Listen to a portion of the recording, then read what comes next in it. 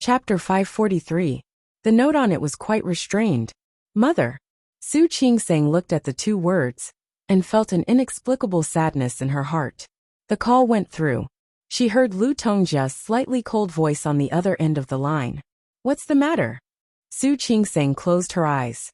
She couldn't think of what kind of mother would treat her son like this. Jingyao is sick. He's calling you. Can you come and see him? There was a moment of silence on the other end of the line. Su Qingsang thought that she didn't hear clearly, so she repeated herself. Is he dying? Lu Tongjia's voice was very cold. Is he dying of illness? You. If he is dying of illness, then I'll come over. If not, there's no need to. Auntie, you're too much.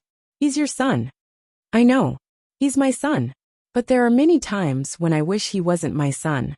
After saying this, Lu Tongjia hung up the phone. Su Qingsang clutched the phone, and her body trembled again and again. She looked at Hu Jingyao. He was still having a fever. He had been very restrained when he called her mother just now. If she hadn't been guarding him, she probably wouldn't have heard it. What did it mean? It was the deepest desire in his heart. But even so, he still restrained himself. Su Qingsang's chest rose and fell violently. She couldn't help but call Lu Tongjia again. Is there anything else? Hu Jingyao is really sick. Are you sure you don't want to see him? He's calling you. Do you know that he's calling you? He wants you to come and see him. Did you hear him? I heard him. So what? Lu Tongjia snorted coldly. What? Do you really think you're the young mistress of the Hu family? Let me tell you, don't try to hurt yourself in front of me. It's useless. The sound of the phone being hung up was heard again. Su Qingsang felt that she was so angry that her face began to heat up. Her whole body felt as if there was a fire burning. She threw down the phone and couldn't control herself anymore. She stood up, put on a coat, and was about to go out. Before leaving, she called Yang Wenchang and asked him to come over to take care of Hu Jingyao for a while. She also told Ms. Yu, who was preparing to go buy groceries, to come over later. It was still early for dinner anyway. She asked her to keep an eye on Hu Jingyao. After that, she took the car keys and left in a hurry. The fire in Su Qingsang's heart was still burning fiercely, even though she had just entered the room. She couldn't restrain herself. She couldn't imagine what kind of mother would be so cold-blooded. What kind of mother would ask if her son was dead? Was Hu Jingyao not Lu Tongjia's biological son? Is that so? She felt as if she had lost all reason. She just wanted to see Lu Tongjia right now. She wanted to bring her to Hu Jingyao. She just wanted to ask her if she would only be satisfied with Hu Jingyao's death. Would she only be satisfied if Hu Jingyao disappeared from this world? There was no one in the living room when she arrived. When Uncle Chung saw her coming in, he quickly came up to her. Young madam, the old man went out today and hasn't come back yet. I'm not looking for Grandpa. Su Qingsang slowed down. Where's Auntie? In the room upstairs. Uncle Chung was a little surprised. It was an open secret in the Hu family that Su Qingsang didn't get along with Lu Tongjia. However, all the servants tacitly didn't mention it. They didn't expect that the young madam would take the initiative to look for Lu Tongjia today. That was really strange. Okay. Thank you. After saying that, Su Qingsang rushed upstairs and barged into Lu Tongjia's room. Lu Tongjia was reading in the room. She didn't seem to be affected by the phone call just now. Seeing Su Qingsang rush in without knocking, she raised her head and looked obviously unhappy. Didn't your parents teach you to knock before entering other people's rooms? What happened to your upbringing? Upbringing? Su Qingsang was so angry that she almost laughed. You want to talk to me about upbringing? Lu Tongjia put the book in her hand aside. Her slightly narrowed eyes showed her dissatisfaction. Why can't I talk to you about upbringing? You really don't deserve to be a disciple of the Hu family at all. What about me? I want to ask you right now. Mrs. Hu, do you have upbringing? Your upbringing is that your son is sick and you want him to die? Mrs. Hu, is this your upbringing? She didn't even call her aunt anymore. The word Mrs. Hu was almost squeezed out from between her teeth, full of dissatisfaction and criticism. Are you questioning me? Lu Tongjia raised her head and glared at her. Her face was quite ugly. Who gave you the right? Get out. Hu Jingyao gave me the right. Su Qingsang's anger didn't grow, because she was raised by the Hua family. Instead, it burned even more fiercely. Justice gave me the right. She walked up and stood directly in front of Lu Tongjia. Her face was full of anger. Anger made Su Qingsang's face abnormally red. Her eyes were also red. She clenched her fists tightly and tried hard not to curse. But it was really difficult. She stared at Lu Tongjia, as if she wanted to pierce her. You said you have upbringing? Mrs. Hua, is your upbringing to abandon your own son? Is your upbringing to gang up with outsiders to bully and hurt your own son? Is your upbringing to be cold and distant to your own son? Mrs. Hua, if this is your upbringing, then I am willing to admit that my upbringing is really not as good as yours. Su Qingsang, watch your tone. Who allowed you to talk to me like this? Lu Tongjia stared at Su Qingsang with a face full of accusation. How did I talk to you? Then how did you talk to me? How did you talk to Hua Jinyao? Su Qingsang wanted to curse when she thought of Lu Tongjia's indifference just now. She wanted to question Lu Tongjia as soon as she thought of what she had done. Mrs. Hua, I really don't understand. Hua Jinyao is your son after all. Why do you have to treat him like this? Su Qingsang was really angry. Really angry.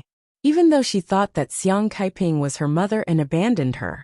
She could also understand Xiang Caiping's difficulties. She understood that it wasn't easy for her. So she didn't hate Xiang Kaiping. Later, she recognized Li Qianxue. She knew that Li Qianxue didn't mean to ignore her. She also didn't hate Li Qianxue. Li Qianxue knew that Su Peixian wasn't her daughter, but she still didn't hate Su Peixian. She even felt like Su Peixian was her daughter. Not only was she not jealous, but she also felt that it was normal. If you raised her for more than 20 years without any feelings, wouldn't that be the biggest tragedy in life? But what about Hua Jinyao? He was Lu Tongjia's biological son, but Lu Tongjia treated him like this?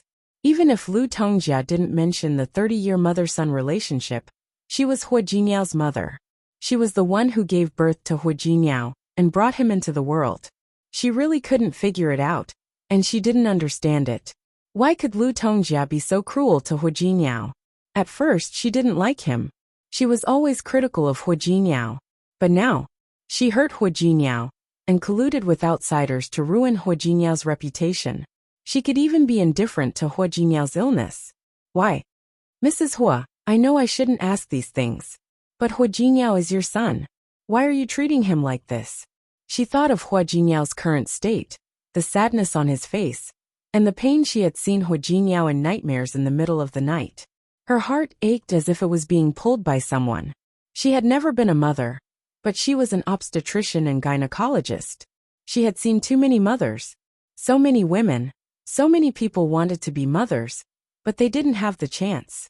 Why could Lu Tongjia be so cold-blooded and heartless when she was a mother? Especially when that person, the person who was neglected and hurt by her mother, was Hua Jinyao. Su Qingsang felt that that kind of hurt was even more painful than hurting herself. Are you saying that Hua Jinyao isn't your biological son? So why are you treating him like this? Really? Other than the fact that Hua Jinyao wasn't her biological son, or that he was an illegitimate child like her, a mistress, she really couldn't think of any other reason. When she said that, Su Qingsang's voice was several degrees higher than usual. Her tone was completely interrogative. Her voice was full of anger, confusion, and accusation toward Lu Tongjia. Even though Lu Tongjia was older than her. At that moment, Su Qingsang felt that she had the right to criticize her. Nothing that Lu Tongjia did was like what a mother would do to her child. She had thought that Lu Tongjia would at least have a little compassion for her. But she was wrong. She underestimated the hatred in Lu Tongjia's heart. Lu Tongjia's attitude was much more intense than she had expected. Biological son? Does he deserve it? What Lu Tongjia hated the most in her life was that Hua Jinyao was her biological son. Do you know that I really wish that I never had this son? He doesn't deserve it. He doesn't deserve it. Lu Tongjia's voice was full of resentment. She glared at Su Qingsang, and her eyes were full of resentment that Su Qingsang couldn't understand. He doesn't deserve to be my son. I don't have a son like that. Su Qingsang stood there and looked at Lu Tongjia. Her whole body went limp, and her face was full of deep hatred and hatred. She was shocked. She couldn't imagine what kind of mother could show such an expression to her own son. She wanted to ask and no. She didn't rush to ask. She just looked at Lu Tongjia with a complicated look in her eyes. I don't have a son like that. Lu Tongjia took a step back and leaned against the wall, almost powerlessly. It had been more than 10 years. The pain had been haunting her day and night. She couldn't forget it, and she couldn't forget it. But what about Huijinyao? In the past 10 years, he had done what he had to do. He went to school, skipped grades, completed his studies, studied abroad, returned home to take over the company. He became the president of Tianyu Group and got married. He had lived too well. The calmer he was, the better his life was, the more Lu Tongjia hated him. Chapter 544. He is not worthy. He doesn't deserve it, Lu Tongjia murmured softly. Her voice was low and hoarse, but it was filled with pain. That was no longer a simple grudge. That kind of hatred frightened Su Qingsang, and the anger on her face dissipated a lot. Lu Tongjia's seat was close to the balcony. She stood up and stood next to the wall. At this moment, she turned her face away in discomfort and pressed on the position of her heart. Mrs. Hua. Lu Tongjia was obviously not in a good state. Su Qingsang took 2 steps forward. He stretched out his hand to help her. Go away. Lu Tongjia didn't accept her kindness. She looked at Su Qingsang with resentment in her eyes. I don't need you to pretend to be a good person here. You and Huijinyao are the same. You're all the same. Su Qingsang stood there without moving. She just didn't understand. Thinking of Huijinyao, who was still lying unconscious on the bed, she looked at Lu Tongjia again. Mrs. Hua, please mind your words. Huijinyao is your son. What? Do you think my words are unpleasant? I'm not wrong. Lu Tongjia sneered. Her expression was one of mockery and hatred. It was genuine hatred. That kind of gaze was frightening. Son. I would rather not have such a son. She patted her heart, unable to hide the pain on her face. Have you always wanted to know why I dislike him so much? Lu Tongjia straightened her back and stared at Su Qingsang. Her voice was cold. Do you think it's strange that I hate him? You don't understand, do you? Why is it that even though he is my son, I would rather not have him? Furthermore, do you think that I'm being unreasonable and not behaving like a mother? Su Qingsang didn't respond to Lu Tongjia's questions. She was curious, very curious. However, no matter how much she wanted to know, she wouldn't ask Lu Tongjia or Huijinyao. That must not be a good thing. She thought about everything that had happened to Huijinyao during this period of time. Those things should not have happened to him. She had also thought that if Huijinyao didn't tell her about those nightmares, she wouldn't ask about them. One day, when he was willing to talk, she would ask him again. It didn't matter even if he didn't want to say it. Who didn't have a past? Who didn't have some injuries that they couldn't face? She used to have it too. She was lucky that she got out of it. Because she met Huijinyao, the darkness in her heart was turned over. But Huijinyao didn't have nightmares in the middle of the night. He was still suffering. Looking at Lu Tongjia now, she really wanted to know. She didn't want to see Huijinyao suffer like he did now. She watched as he lost his usual high-spirited demeanor. She watched as he felt pain, because of the hurt from his family. Her heart ached. Why? Her voice was very soft, as if she was afraid to disturb Lu Tongjia's desire to talk. Lu Tongjia stood up straight and moved away from the wall. Step by step, she walked to the sofa in the room and sat down again. Her gaze was fixed on an unknown point in the void. The hatred in her eyes was very obvious, but there was also a bit of blankness and emptiness that she herself did not notice. Because I hate him. You don't know how much I hate him. Lu Tongjia's eyes were red when she said this. There were tears in her eyes, and the emotions in her eyes were tumbling. He killed my son, he killed my daughter. He was so vicious when he was so young. At that time, I really thought that I would rather not have this son. Su Qingsang's eyes widened. For a moment, she thought that there was something wrong with her ears. What did you say? Huh? Lu Tongjia looked at her with a bit of disdain in her eyes. Su Qingsang, haven't you thought about it? The Hua family is such a big family. Other than me and Huijinyao's father. Su Qingsang blinked, as if she just remembered it at that moment. Hua Mingliang had 2 sons and a daughter, and Hua Mingmei had a son and a daughter. She had heard from Huijinyao that his granduncle, Hu Yangyuan had 2 sons. She had heard from Hu Jinyao that his granduncle, Hu Yangyuan, had 2 sons. The elder son had a son and a daughter, and the younger son had 2 sons. His grandaunt Hu Yangxiu had 3 sons. Almost all of the previous sons had 2 sons. It seemed that Hu Mingguang and Lu Tongjia were the only ones in the entire Hu family who had only 1 child. A big family like the Hu family, especially a family that thought that having many children was a blessing, didn't seem to be normal. Su Qingsong's heart was suddenly in her throat. She looked at Lu Tongjia, her mind full of doubts. In addition to the doubts, she inexplicably had a bad feeling. She suddenly didn't dare to face what Lu Tongjia was going to say next. It wasn't that she didn't believe Hu Jinyao, but she knew that it must be a very painful past. Lu Tongjia seemed to see the fear on Su Qingsong's face. She sneered, and the hatred in her eyes didn't diminish at all. Instead, because of the bad things that had happened, her face was quite ugly. She closed her eyes. Her eyes were a little red. It wasn't a good thing for her to be too emotional. She raised her hand to cover her heart. She gently breathed to calm herself down. Su Qingsong didn't rush her, nor did she rush her. She was waiting for Lu Tongjia to calm down. It was impossible for Lu Tongjia to calm down. It had been more than 10 years, and she still hadn't calmed down. She looked somewhere, and her expression was a bit nostalgic. I had 3 children. Before Hu Jinyao, he had an older brother named Hu Jinkai. After him, he had a younger sister named Hu Wushuang. When Lu Tongjia said the name Hu Wushuang, tears fell from the corners of her eyes. Her daughter, the daughter she had wanted for so long.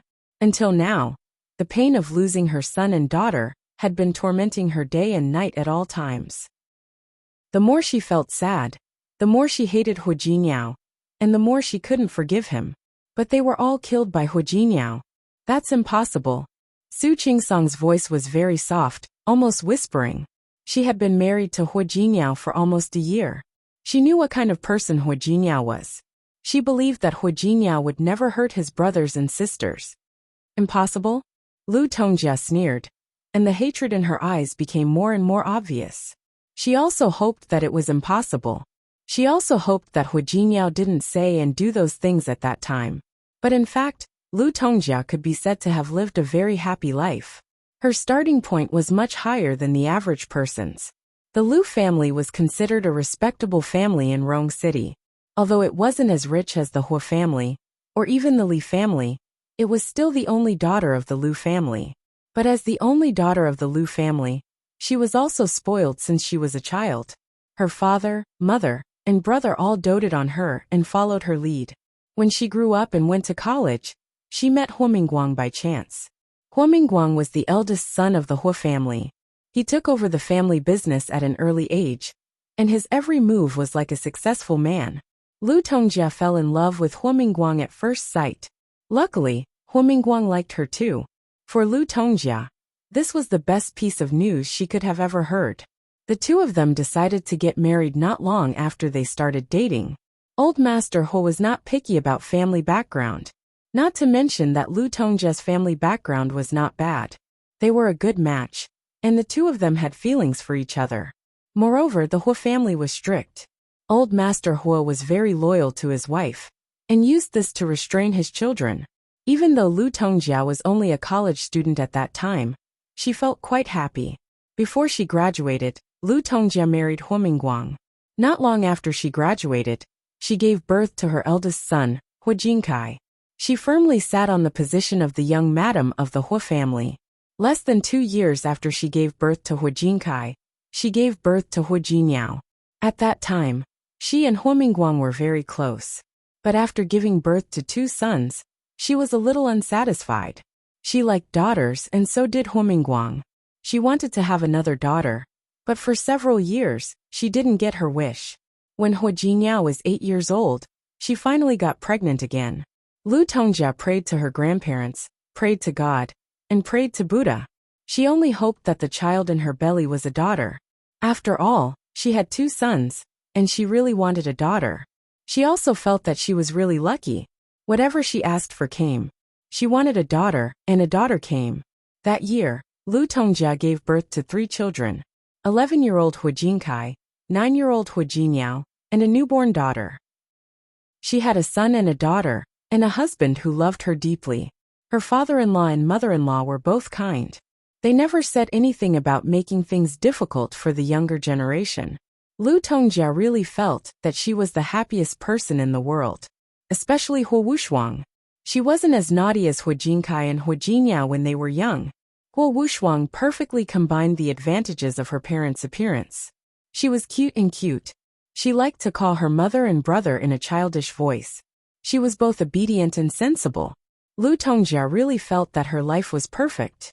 But who knew? Accidents always came so quickly.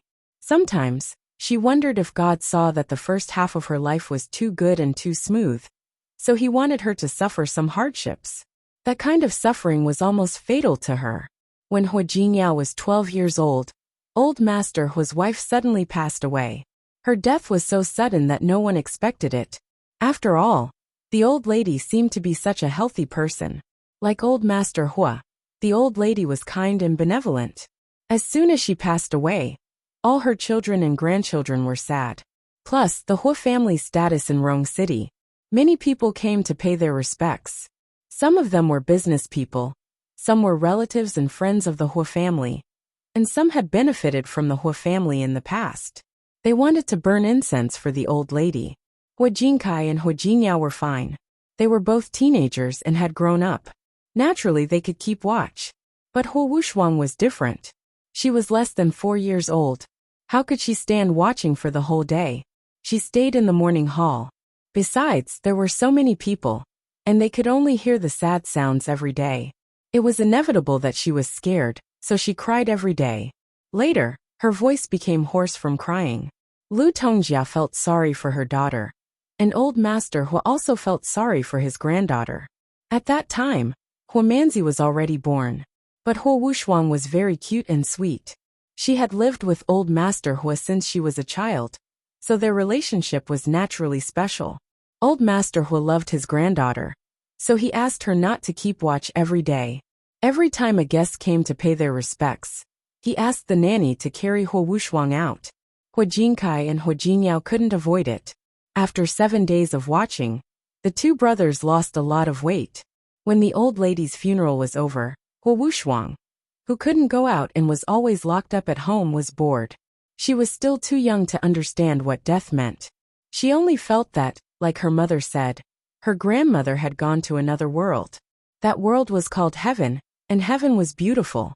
When the funeral was over, Hu Wushuang couldn't sit still anymore. She begged Hu Jinkai and Hu Jinyao to take her out to play.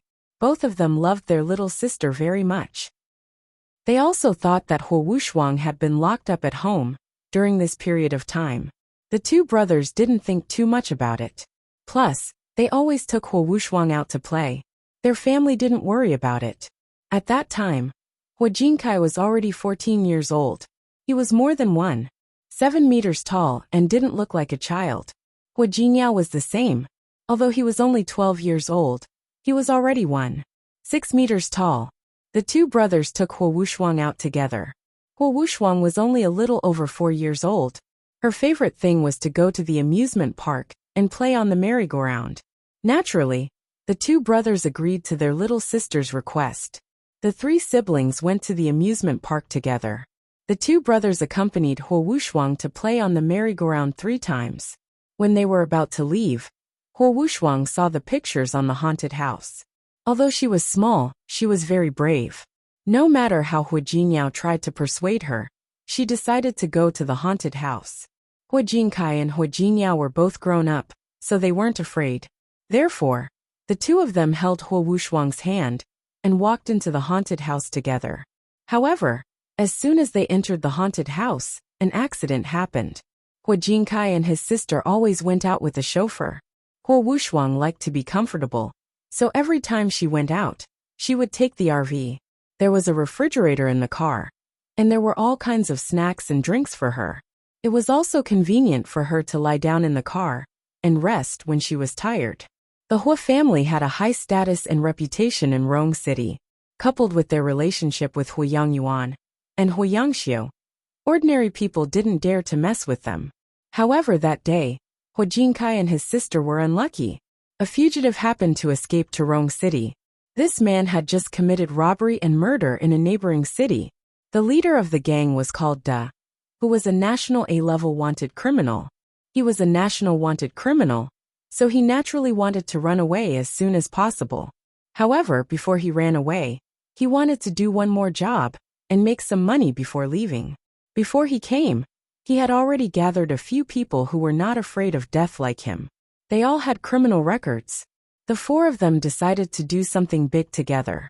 When the time came, they would escape to the ends of the earth. At that time, they had already been in Rong City for a few days, and they were living a life of hiding. They hadn't thought about what they were going to do. Chapter 545. At that time, the amusement park was much more prosperous than it was now. At that time, Rong City had just been developed, and the amusement park was built in the suburbs. There were also some undeveloped bungalows nearby. Da and his three accomplices were hiding in one of the bungalows. When the Hua family's RV was parked in front of the amusement park, one of Da's accomplices, Liang, happened to come out to buy cigarettes. He saw it immediately. After all, the brand of the RV was so big that it was very eye-catching. Not only the RV, but also the three children of the Hua family, who were dressed in fancy clothes. The man's eyes lit up when he saw the RV, which was worth millions of yuan. He went back and told Da about it, and they all felt that their chance had come. They looked at the young masters and young ladies who were so weak. No matter who it was, they had kidnapped them. Why couldn't they just ask their parents to pay the ransom? How rich could they be if they could drive their children out of the amusement park in a RV? They were all outlaws and daring, so they wanted to do it right away after making the decision. Thinking of what they had seen, they became even more daring. They made up their minds almost immediately. They had to do it right away. After all, the longer they waited, the more trouble it would cause. They didn't take Huajinkai's group seriously. They were just a few kids that had been staying at the amusement park for the past few days, using the tourists to cover his tracks. When he heard the news from Liang, he immediately made a plan. He was a person with a criminal record. This time, he had made thorough preparations. After making the plan, they bought tickets and entered the amusement park. Da was in charge of the plan, and the other three acted. They were still thinking about how to kidnap the kids first. Unexpectedly, the young masters and young ladies went into the haunted house by themselves.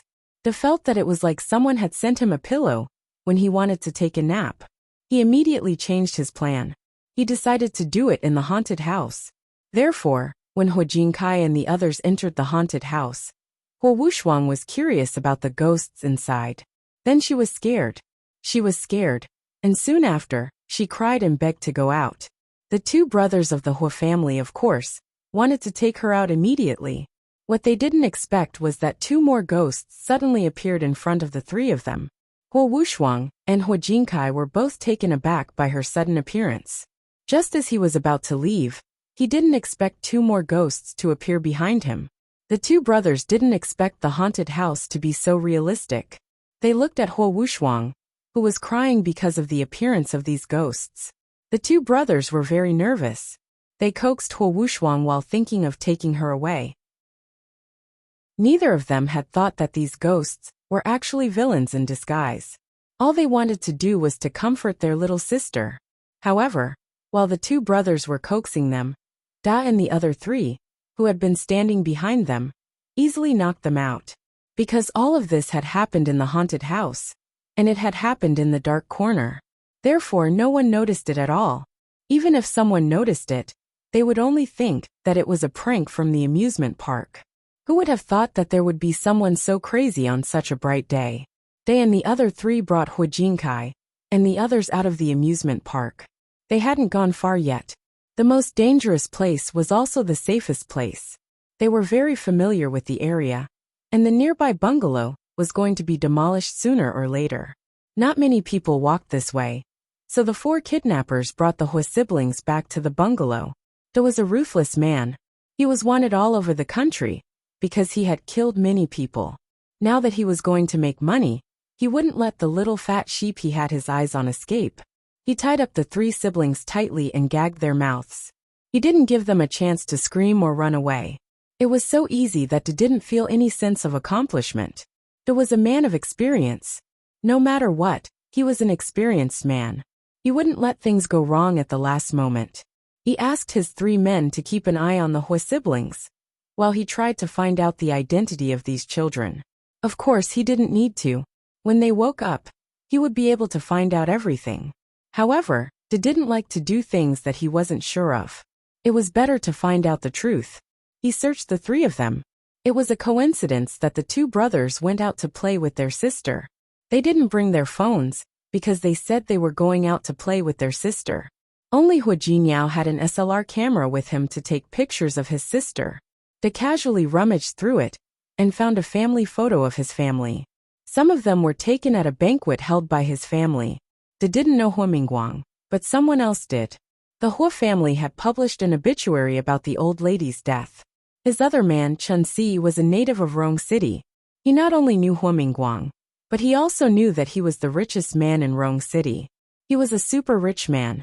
Putting everything else aside, the Hua family was the one who was planning to develop the undeveloped bungalows. Chen Si looked at the photo and told him who Hua Mingguang was. De was overjoyed. He felt that this was a gift from the heavens. He thought he would kidnap a random child, but he didn't expect to kidnap the Hua family, the richest man in Rong City. The richest man in Rong City. How much money did he have? De felt that he couldn't just let it go. He just wanted to ask for some ransom, but it seemed that it wouldn't work. He had to extort a large sum of money from the Hua family, so that they could live comfortably for the rest of their lives. The 4 of them discussed. 10 million was too little. They thought that a family like the Hua family would at least have a few 100 million. It was too easy to give them 100 million to spend. De was even more ruthless. 3 lives. 50 million each. 150 million for 3 children. With a target, the next step was much easier. De was an experienced man, so he made the next plan as soon as possible. He asked Chen Si to buy a few anonymous SIM cards, and then he used the SLR camera to take pictures of Hu Jinyao and his sister. If these rascals didn't wake up, she would send this photo to the Hua family. After that, De felt that this bungalow wasn't the most suitable place. After all, they didn't have much time. If he wanted to avoid being discovered by the Hua family, he had to stay far away. It was a coincidence. Less than an hour to the east of the amusement park was the coastline of Rong City. There were many newly built ports there. De planned to pick a port and stay there. When the money came, he would take it and leave. Chapter 546. The 3 siblings were taken to a car. De directly took these important hostages to a warehouse on the dock. As soon as they arrived, they dropped them off. Hu Jinkai woke up. He was a few years older than the others, and his body was in better shape than that of an average teenager. As soon as he woke up, he noticed that something was wrong.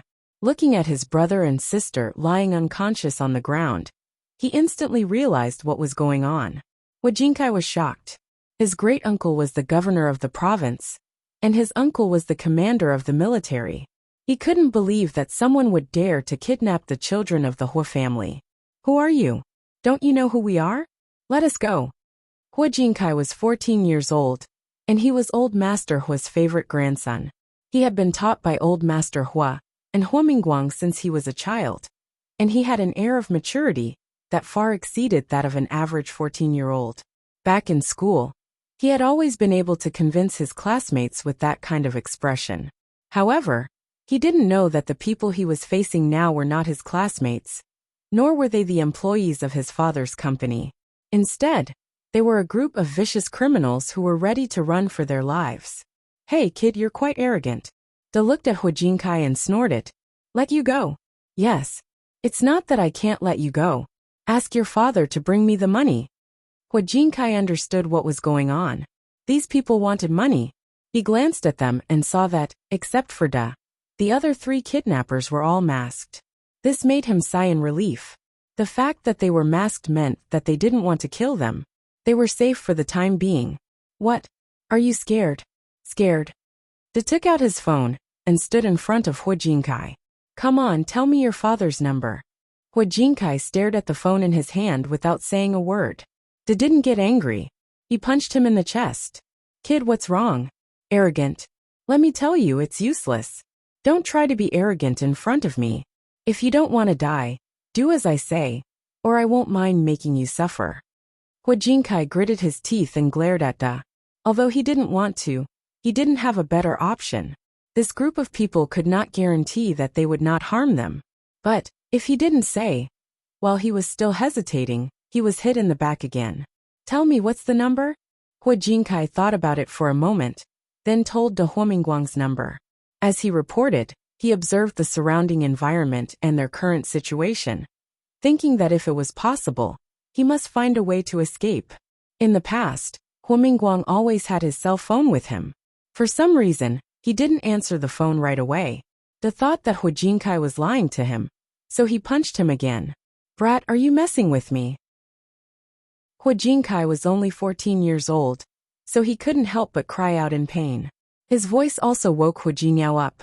Like Hua Jinkai, Hua Jinyao realized the situation he was in as soon as he woke up. At the same time, he saw De attacking Hua Jinkai. Stop, who are you? Stop it right now. Who allowed you to hit him? Stop it right now. Hua Jinyao and Hua Jinkai were only 2 years apart in age, and they had always been close. Now that he saw his older brother being beaten, how could he stand it? Even though his hands and feet were tied up, he began to struggle. He had been lying on the ground all along. At this moment, he found an opportunity to kick De with both feet. Although he was small and weak, Hua Jinyao's kick still interfered with Da's movements.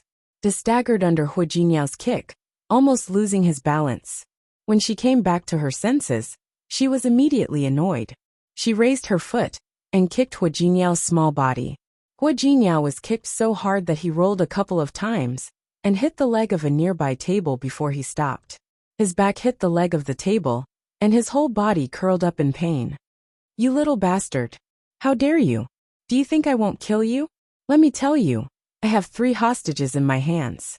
Don't mess with me, or I'll kill 2 of you and leave 1 alive. De was a fugitive, and human lives were nothing to him. After threatening Hua Jinyao, he turned to look at Hua Jinkai and knocked him on the head with his phone. You little bastard, if you don't want to die, ask your father to bring you money. Otherwise, he pulled out a gun from his back pocket and pointed it at Hua Jinkai's head. Grandpa, I don't mind sending you to hell. Hua Jinkai and Hua Jinyao didn't expect De to have a gun. Hua Jinkai and Hua Jinyao were both stunned. That was a real gun, a real one. Hua Jinyao's body was still hurting from Da's kick. The places where he had been kicked and hit the leg of the table hurt even more. Apart from the pain, he was also worried and anxious. When he saw his sister lying on the ground, Hua Jinyao clenched his teeth so hard that they almost broke. He and Hua Jinkai were both grown up, but what about his sister? She was still so young. Hua Jinkai had no choice but to give De the number of the Hua family's old house. De took the phone and went to make the call. Hua Jinyao curled up his body and endured the pain. He began to think about how he could get out of this. Unlike Hua Jinkai, he had loved to play since he was a child. Plus, he was close to Zhang Yichen. Although Zhang Yichen was a few years older than him, the two of them got along very well. When Hua Jinkai was learning how to manage the family business, he had gone to the army with his great-aunt 2 or 3 times. He had thought about it before. Since Hua Jinkai was in the Hua family now, he could just be an idler. When he grew up, he would join the army as well. He would become a soldier like his uncle and uncle. De took out the phone and let Hua Jinkai make the call. Hua Jinyao began to observe the surroundings. He had been in the army with Zhang Yichen many times. He loved listening to his uncle talk about how they went on missions. He was only 12 years old, but he was very smart. He had already begun to analyze the situation at hand. De was masked, but the other 3 weren't. That meant that the other 3 were afraid of being recognized and accused. But De wasn't afraid. What did that mean? Either De was the boss, or De was the errand boy. He was the one who was sacrificed. Based on his experience, that man had to be the boss. He wasn't afraid of being accused. What did that mean? Although Hua Jinyao was young, he had heard a lot. He suddenly had a very bad feeling. This man was going to kill them. Even if they got the money, they might kill the hostages. That thought came to him. Hua Jinyao couldn't sit still. He looked up at Hu Jinkai. He was looking back at him. The 14-year-old boy had a calmness that didn't belong to his age. Hu Jingyao was thinking about the same thing. After so many years, the two brothers had developed a tacit understanding. They looked at each other and understood what the other was thinking. What happened today was not going to end well. Hu Jingyao's eyes darted around. He knew the lives of the three siblings. If something went wrong today, they would have to give up their lives here. Brother De made a phone call and came straight here. He didn't hang up. Instead, he put the phone in front of Hu Jinkai and said, "Kid, your dad wants to hear your voice. Talk." Hu Jinkai didn't want to talk. He didn't want his parents to let the kidnappers get away with it. He was hit again. Hua Mingguang, who was on the phone, heard the muffled sound. Hua Mingguang immediately became nervous. There was no reason not to agree to the kidnappers' demands. But Da and the others asked for cash. That would be too difficult for him. Even if the Hua family was rich, there was no reason for them to keep so much cash at home. Hua Mingguang asked Da for at least a few days to prepare the money. Da didn't hesitate. 2 days. I'll give you 2 days to get the money. If you don't see the money in 2 days, don't blame us for being rude. 2 days is too little. Besides, tomorrow is Sunday. The bank's VIP account department doesn't work. Can't you make an exception? 3 days. 3 days at most. If you keep arguing, I'll kill one of them right now. Do ignored him and hung up the phone. After hanging up, Liang, one of Da's men, was confused. Da, how can you give them 3 days? What if they call the police? Don't worry. They won't find us here. Even 30 days won't help, let alone 3 days. There was a reason why Da said that. He had been observing the port for a long time. It was the one closest to the center and the oldest one. It had been proposed to be renovated in the first place. Later, a new port had been built in front of it, so it had been left unused. The port was far from the city, and Rong City was so big. It wouldn't be easy for them to find them. Da, you're the best. Wang Ming looked at Da in admiration. So in a few days we'll have money to spend. Of course. Da glanced at Hu Jinkai and Hu Jingyao as he spoke. Now they just had to wait for the Hua family to deliver the money to them. Thinking of the days when they would have money to spend, Da and the others began to dream of spending money like it was water and becoming the best in the world. Lu Tongjia didn't expect that. She had only rested in her room for a while. When she woke up, all 3 of her children had been kidnapped. What was even more unexpected was that while she was frantically searching for people to save the 3 children, 2 of the 3 children had already left her forever. 3 days. To her, those 3 days of torment felt like a year. She was a mother. What she cared about the most was her children. Chapter 547. Lu Tongjia still couldn't forget the scene when she saw her 4-year-old daughter lying in a pool of blood. Her face was covered with wounds. She was no longer the beautiful and adorable little princess she used to be. How could her daughter be in such a sorry state? If the police hadn't given her the DNA report, if she hadn't recognized her child, she wouldn't have admitted that her child had ended up like that. She almost wanted to die with Hu Wushuang. Hu Jinkai, the eldest son she had always been proud of, had also died with Hu Wushuang. When Hu Jinkai died, he held Hu Wushuang tightly in his arms, like a protector. Even so, he couldn't save Hu Wushuang's life. Hu Jinkai's body was also covered with wounds, including knife and gun wounds. He was only 14 years old. 14 years old. His grades were excellent, and he had just been admitted to the best high school in Rong City. Although he was young, he was quite knowledgeable. Everyone in the family regarded him as the future of the entire Hua family. But now, he was dead. He had died in such a horrible and painful way. Lu Tongjia couldn't control her emotions. She screamed and lost control of her emotions. When she was sure that the 2 children were her, she almost fainted. But she couldn't. She had another child. Where was that child? Where's Jingyao? Where's Jingyao? Lu Tongjia looked around for Hu Jingyao. She had already prepared for the worst. Would Hu Jingyao also? She didn't dare to think about it. She looked around, trying to find her son. He might be the only child alive. Even though the probability was low, as long as there was a chance, Lu Tongjia wouldn't give up. Lu Tongjia was very happy that Hu Jingyao wasn't dead. When she saw Hu Jingyao, who looked extremely weak in the warehouse, she almost burst into tears of joy. Her tears of joy didn't last long. When the criminals were arrested and Lu Tongjia read their confessions, she couldn't believe her eyes. Do you know why his brother and sister are dead, but Hu Jingyao is still alive? Lu Tongjia suddenly snapped out of her reverie. She stared at Su Qingsang's face with a hint of embarrassment in her eyes. Su Qingsang had never thought that such a thing would happen to a family like the Hu family. She shook her head, and suddenly didn't want to hear what Lu Tongjia had to say next. Because he told the kidnappers that he was the most important child in the Hu family. He said that he was the one the elders of the Hu family doted on the most. He beat up his brother himself to make the kidnappers believe that he didn't hurt him. Do you believe it? He's only 12 years old, yet he's so vicious. He beat his brother and even his sister. He convinced the kidnappers to believe him. Then, because the other two hostages were no longer useful, they were killed. Su Qingsang's eyes widened. How is that possible? Impossible, she didn't believe it. Impossible? I hope it's fake too. I also hoped that it was all a bad dream. When I woke up, I still had a son and a daughter. I still had 3 adorable and precious children. Not like this. She suddenly became serious and stared at Su Qingsang's face. Why do you think I hate him? He was willing to sacrifice his own brother and sister for his own survival. He could watch his brothers and sisters die to protect himself. He could hurt them himself. Lu Tongjia's voice was choked with sobs. She clutched her heart. It had been more than 10 years, and it hadn't stopped for a moment. They were his family, his dearest brother, his dearest sister. But he couldn't watch them die like that. Lu Tongjia closed her eyes. Tears flowed down her cheeks.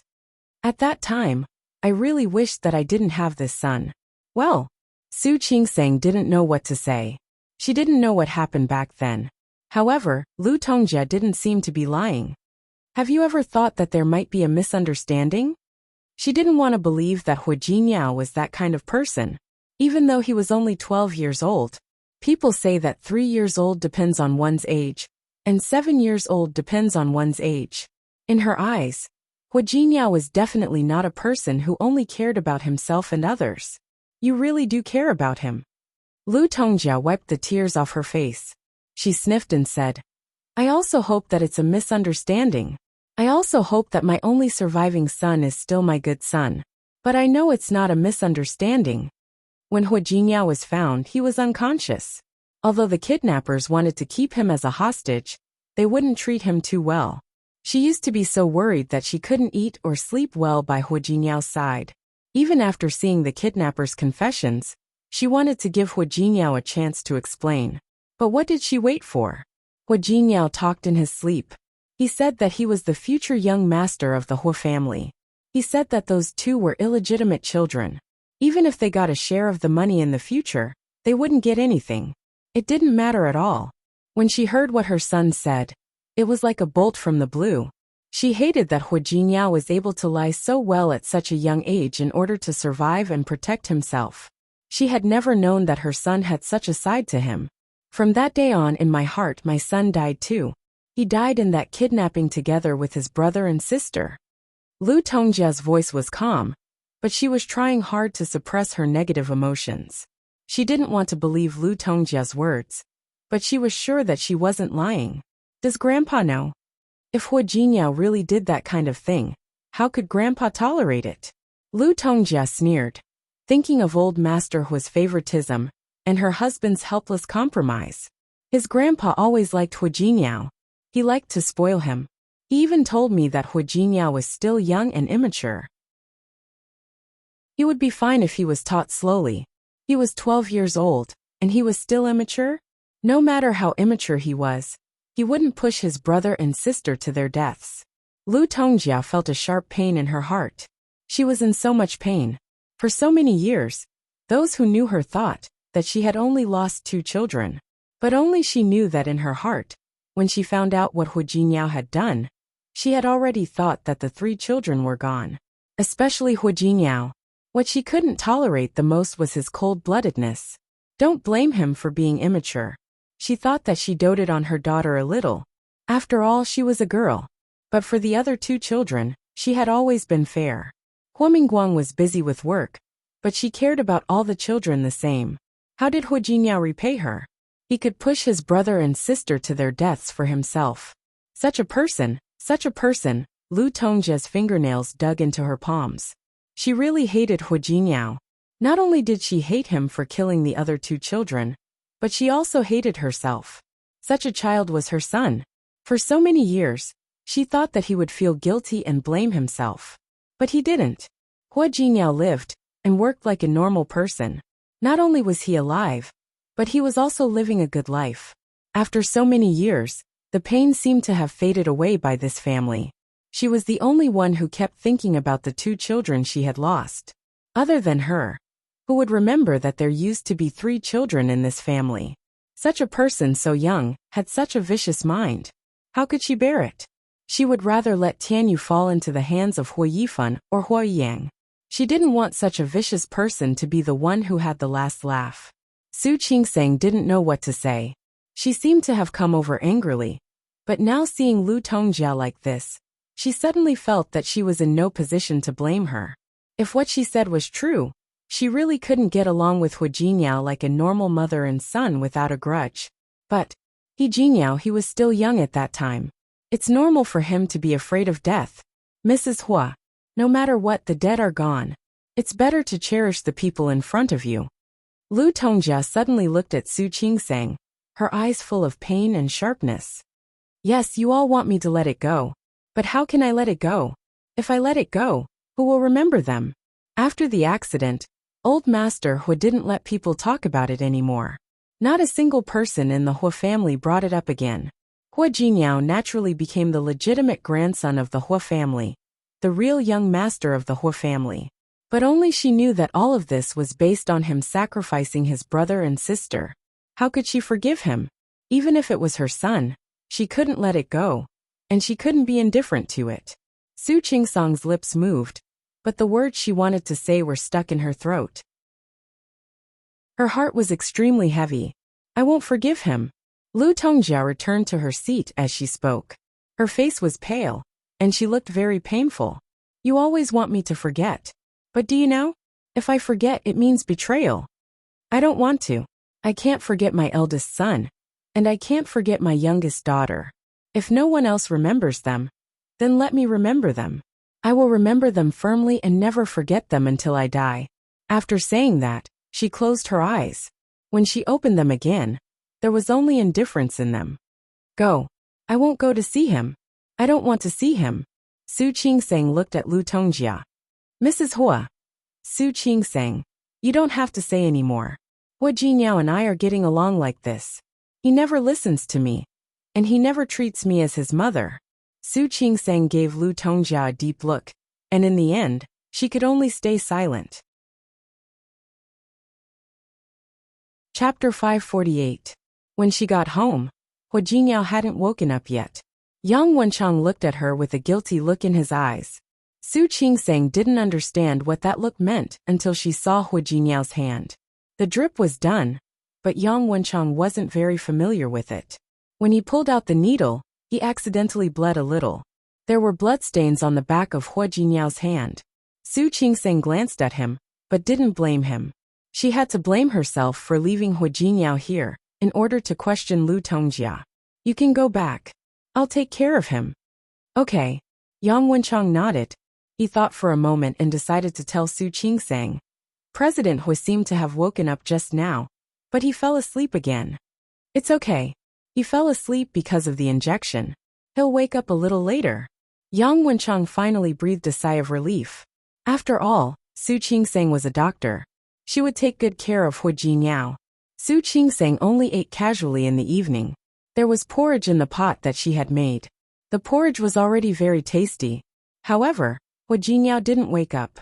She didn't expect that a person who usually looked so healthy would be knocked down by a cold. After Aunt Yu cleaned up, Su Qingsang asked her to go back. She looked at Hua Jinyao and guarded him with a laptop. Thinking of what Lu Tongjia had said, she went online to look up the old case. However, she didn't know if someone had hidden the information, but Su Qingsang couldn't find anything. 10 years ago, the internet wasn't as developed as it was now. It was normal that she couldn't find anything. While she was thinking about whether she should find a time to ask Old Master Hua Jiniao woke up. Su Qingsang heard the noise and quickly got up. Hua Jiniao saw her as soon as he opened his eyes. Old, don't talk. He had slept for a whole day. Su Qingsang poured a glass of warm water and helped him up so that he drank most of it. After drinking the warm water, Hua Jiniao looked much better. Honey, you have a cold. Su Qingsang looked at Hua Jiniao and said in a reproachful tone. It's not even summer yet, and you're already showering with cold water. Do you want yourself to get sick? Hua Jiniao thought of the email he had read before. He looked at her and smiled but didn't say anything. Su Qingsang knew that he was in a bad mood, so she didn't continue asking. She put her hand on Hua Jiniao's forehead and said, It seems that the fever is gone, but you still have to take the medicine. Wait a moment, I made some porridge. Have some porridge before you get sick. Then take the medicine. All right. Hua Jiniao had no objection. He watched her go out and soon came back with porridge in his hand. I can't help it if you think it's too bland. Su Qingsang put the tray aside and picked up the bowl of porridge. Who told you to be sick? I can only eat this. You did it. Yes. Su Qingsang nodded, scooped a spoonful of porridge, and glared at Hua Jiniao. Don't complain. How could that be? Hua Jiniao's voice was a little hoarse, but he didn't forget to sweet talk. The porridge cooked by my wife is the best in the world. Su Qingsang glared at him with a reproachful expression. She blew on the porridge to cool it down, and placed it next to his lips. Hua Jiniao enjoyed the care of his wife, and his eyes were full of tenderness when he looked at her. Su Qingsang fed him slowly, but methodically. She seemed to be very familiar with it. Hua Jiniao looked at her and smiled. You're very familiar with it. Yes. It's not like I haven't done it before. When Su Qingsang said this, she froze while feeding him the porridge. She was so familiar with it because of Xiang Kaiping. At that time, Xiang Kaiping fell and hurt her waist. Although there were nurses in the hospital, she was the one taking care of her. But who would have thought that Xiang Kaiping wasn't her biological mother? The last time they met was such an unpleasant scene. Xiang Kaiping didn't understand her, and she couldn't muster up the courage to ask if Xiang Kaiping was doing well. Hua Jiniao could naturally think of what she could think of. Do you miss Auntie? Xiang Kaiping was a good person. Hua Jiniao never denied that. If she really was Su Qingsang's biological mother, it would actually be good. If you want to see her, I can help you arrange it. Su Qingsang pursed her lips tightly and finally shook her head. Without saying anything, she put the last spoonful of porridge into Hua Jiniao's mouth. Another bowl? Okay. Su Qingsang got up to get the porridge. She actually wanted to see Xiang Kaiping. But so what if she saw her? Whether it was Xiang Kaiping or her, neither of them could go back to the past. It was impossible for them to be as close as mother and daughter as before. The last time they met was like a broken relationship, so Su Qingsang was also afraid to see Xiang Kaiping. During this period of time, she would also think of Xiang Kaiping. Last time when she went to Lin City, she wanted to go to see her, but later time was tight, and she really didn't know what to do if she saw her, so she could only give up. She looked down. Maybe next time when there was a chance, she could secretly take a look. She didn't want to disturb her, just take a look. Hua Jiniao ate another bowl of porridge, and Su Qingsang gave him the medicine. He was still not in good spirits, and his face was still a little pale. After Su Qingsang cleaned up, she returned to the room, and thought about Lu Tongjia's words. She couldn't believe that the person Lu Tongjia was talking about was Hua Jiniao. Jiniao. She wanted to ask him about the kidnapping case back then. She wanted to ask him if he still remembered what happened back then. She wanted to ask him how his brother and sister had died. Was he really the one who killed them? But now, looking at Hua Jiniao's weak face, she couldn't ask a word. Yes. Su Qingsang didn't say anything. She took out the thermometer and said, Take your temperature again, and see if the fever is down. It should be down, right? Don't be silly. Take it first. She gestured for him to put the thermometer in place, and Su Qingsang sat down next to him and looked at him. Do you still have a headache? It doesn't hurt, Hua Jiniao added. It doesn't hurt at all. It's just that my body is a little stiff. I've slept for a day. How can it not be stiff? Su Qingseng looked at him and couldn't help but say, You too. You're so old. Why did you run to take a cold shower? Do you think you're Superman? Hua Jinyao's smile was a little faint, and he didn't say why he took a cold shower. Su Qingseng wanted to ask a few times, but she stopped because of his expression. What's wrong? Hua Jinyao seemed to have noticed something wrong with Su Qingseng. Don't worry, I'm in good health. This was an accident. Su Qingseng used to think that she couldn't understand Hua Jinyao. He always had some emotions that were hidden in his heart. But now, she suddenly felt that she could understand him a little more. He was clearly sick, leaning against the headboard. His heart hurt, didn't it? He was hurt by Lu Tongjia and misunderstood by his own mother. But he could hide everything with such a strong and deep look in his eyes, as if nothing had happened. Once again, she felt a slight, gentle throbbing pain in her heart. The pain was so unbearable that she couldn't help it. She sat on the bed, leaned forward, and kissed Hua Jinyao's lips. Her action surprised him, but he quickly pulled her body away. I'm sick. He didn't want to infect her. Don't worry. It's okay. Su Qingseng smiled slightly. I'm in good health. She wanted to kiss him again, but Hua Jinyao held her shoulder and said, You're a doctor. What's wrong? Don't you have any medical knowledge? Su Qingseng looked at Hua Jinyao. Because of his illness, his lips were darker than usual. The way he looked at her was clearly disapproving. She smiled and said, Yes, I'm a doctor, but I'm still your wife. Su Qingseng put her hands on his shoulders and slowly moved closer to him.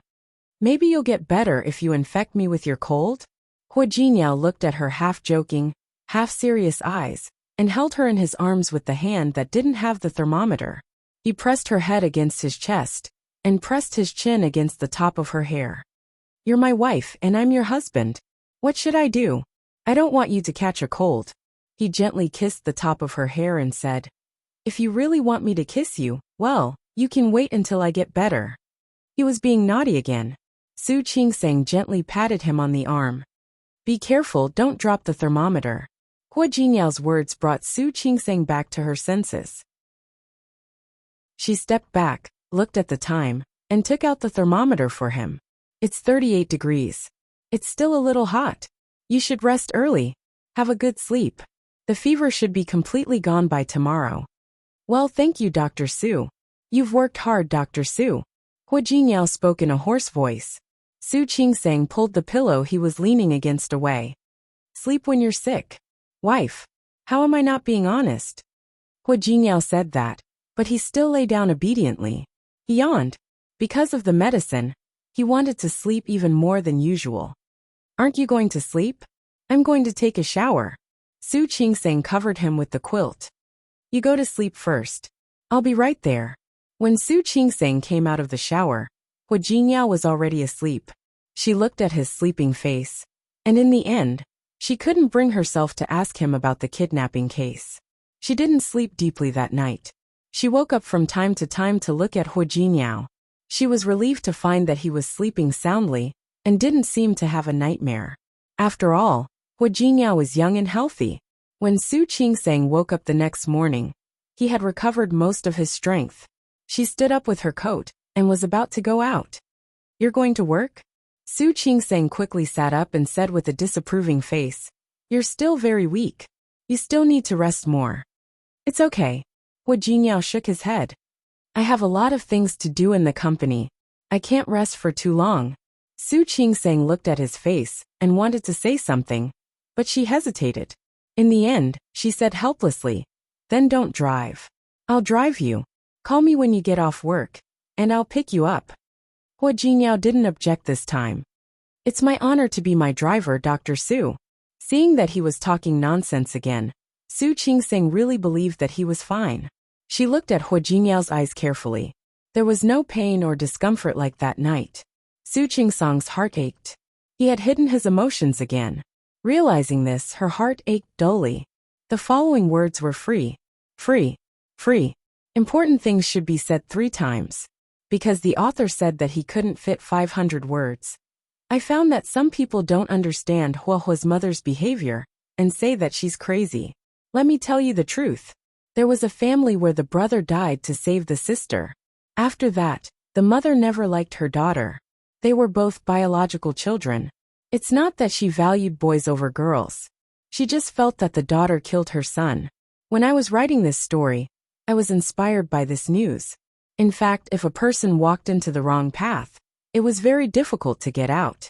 Just like Huahua's mother, she lost 2 children at once. These 2 children also died because of Hua Jinniao. At least in her heart, she thought so. So they took things too hard and went to extremes. There was a reason for this.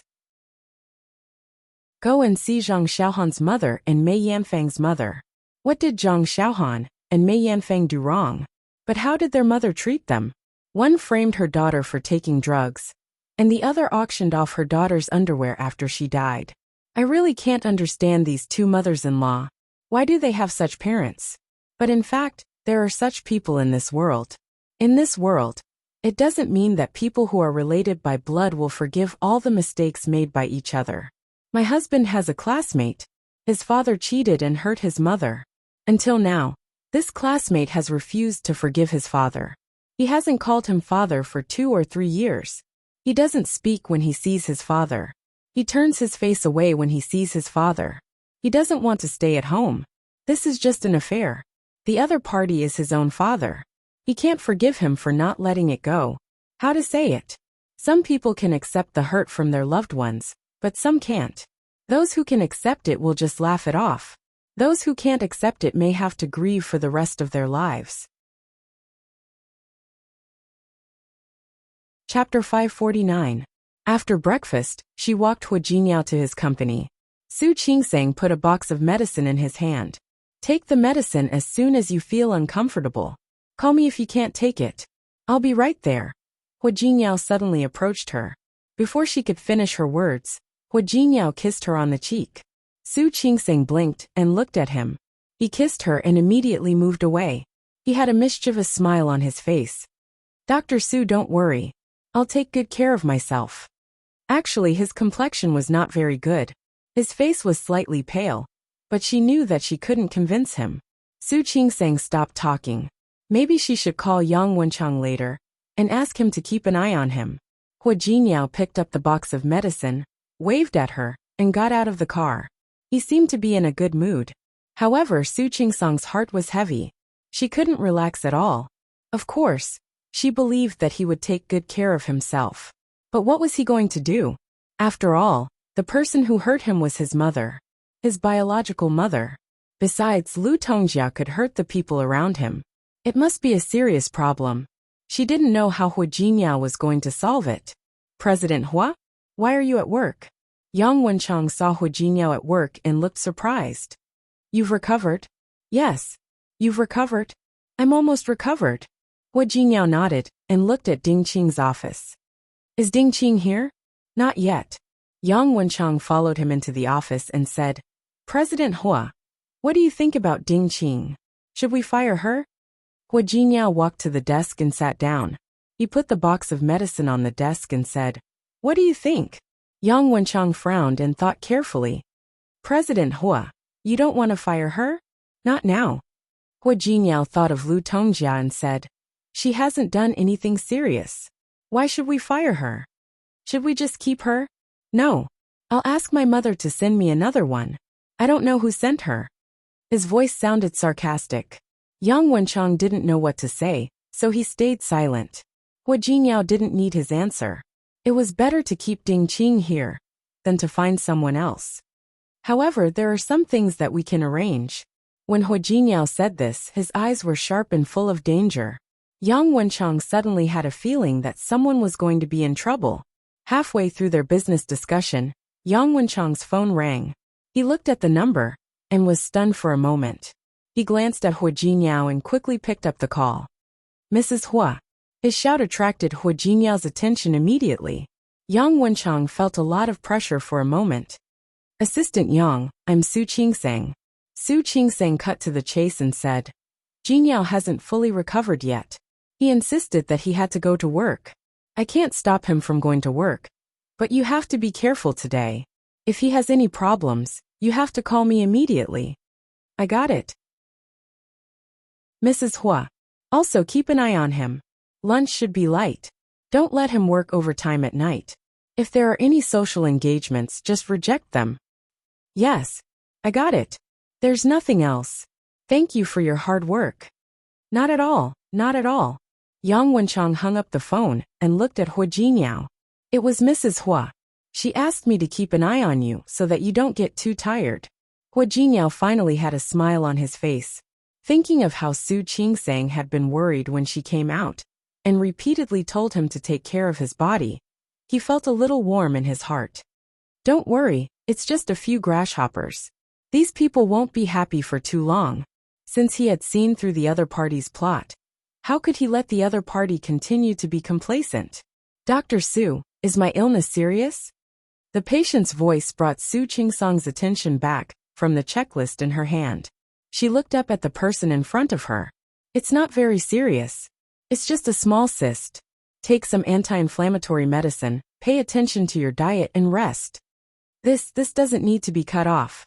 Would it be useless to just take medicine? Can you do surgery? Ms. Zhang, look. Your cyst is less than 2 centimeters. It's actually just inflammation. You just need to take some medicine and pay attention to rest. It will naturally go away. Under normal circumstances, we don't recommend surgery because it's not necessary at all. All right then. I'll listen to you.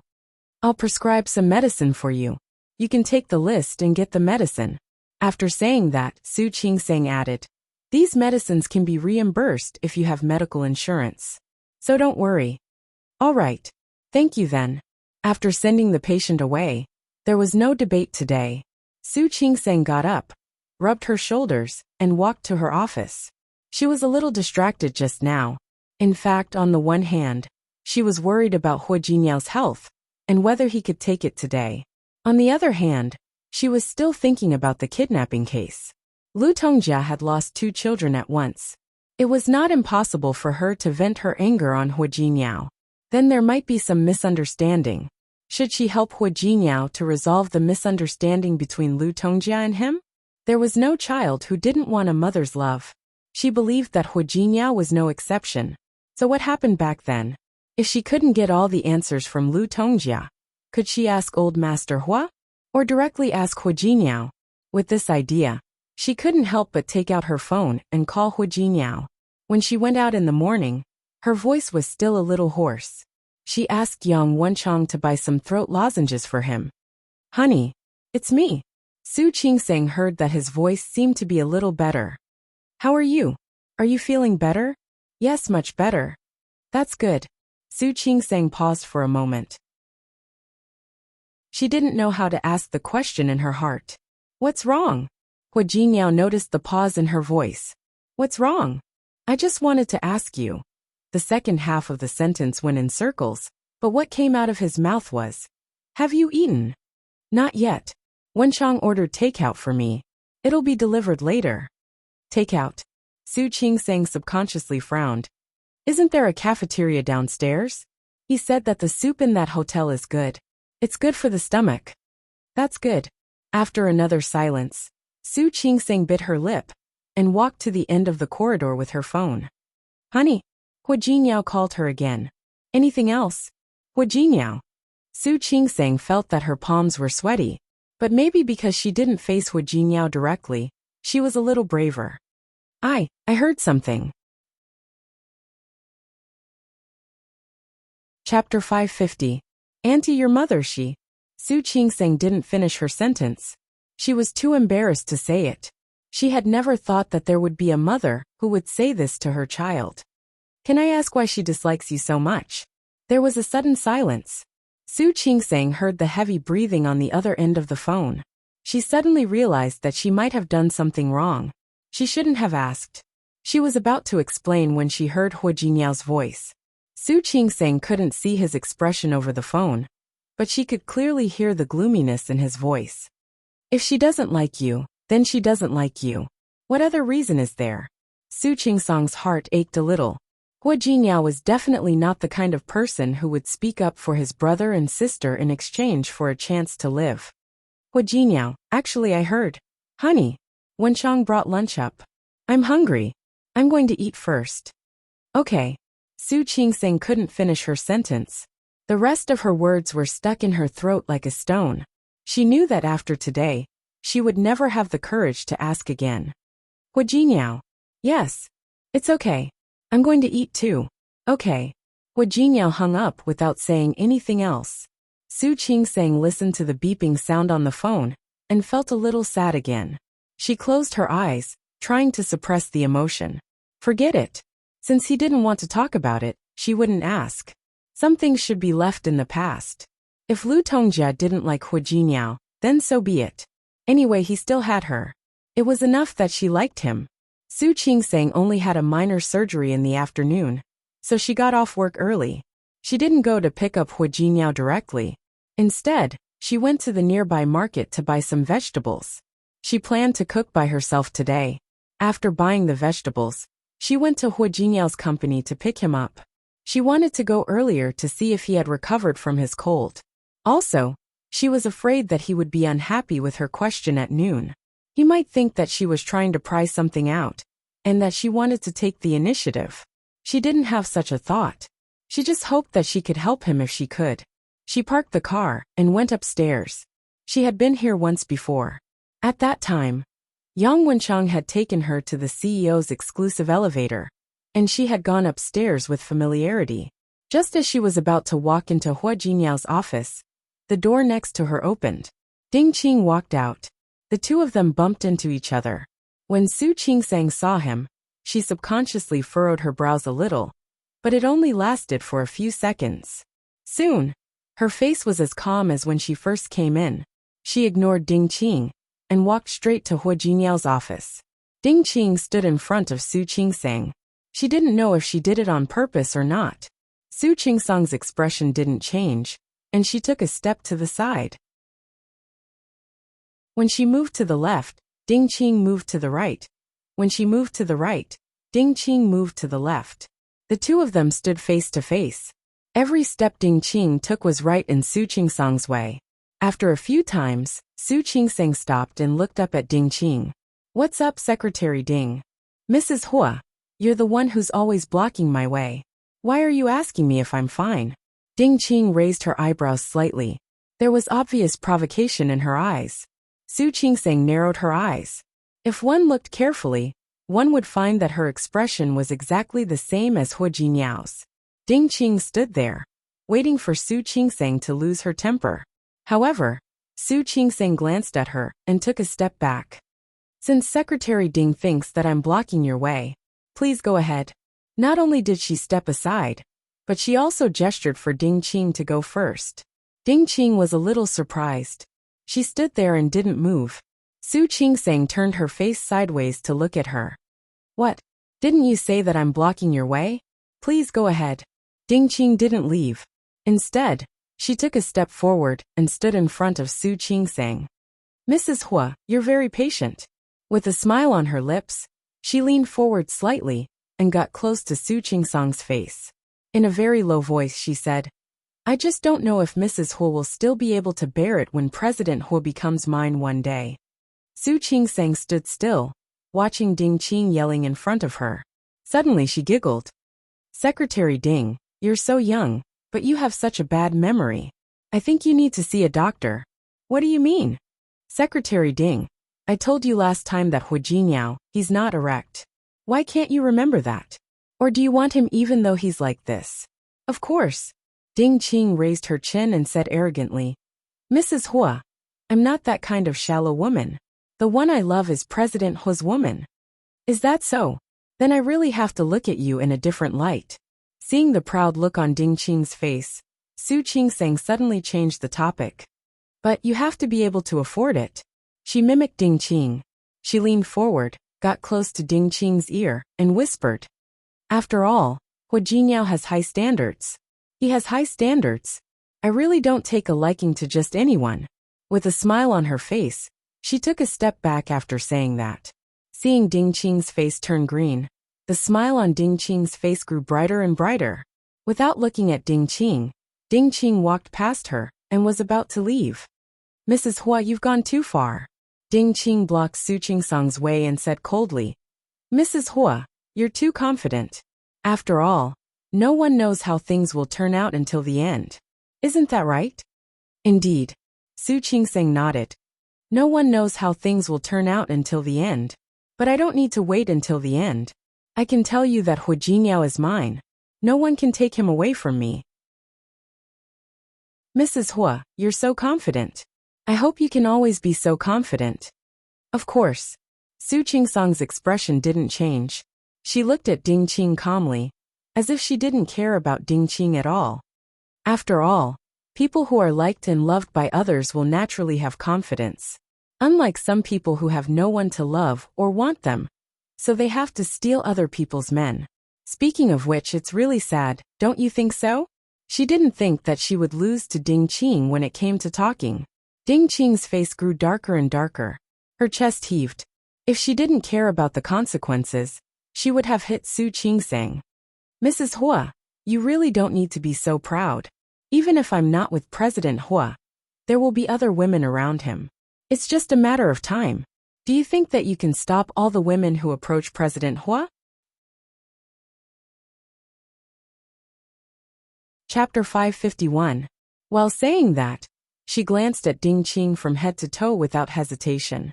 Her eyes scanned Ding Qing's body from head to toe, like X-rays.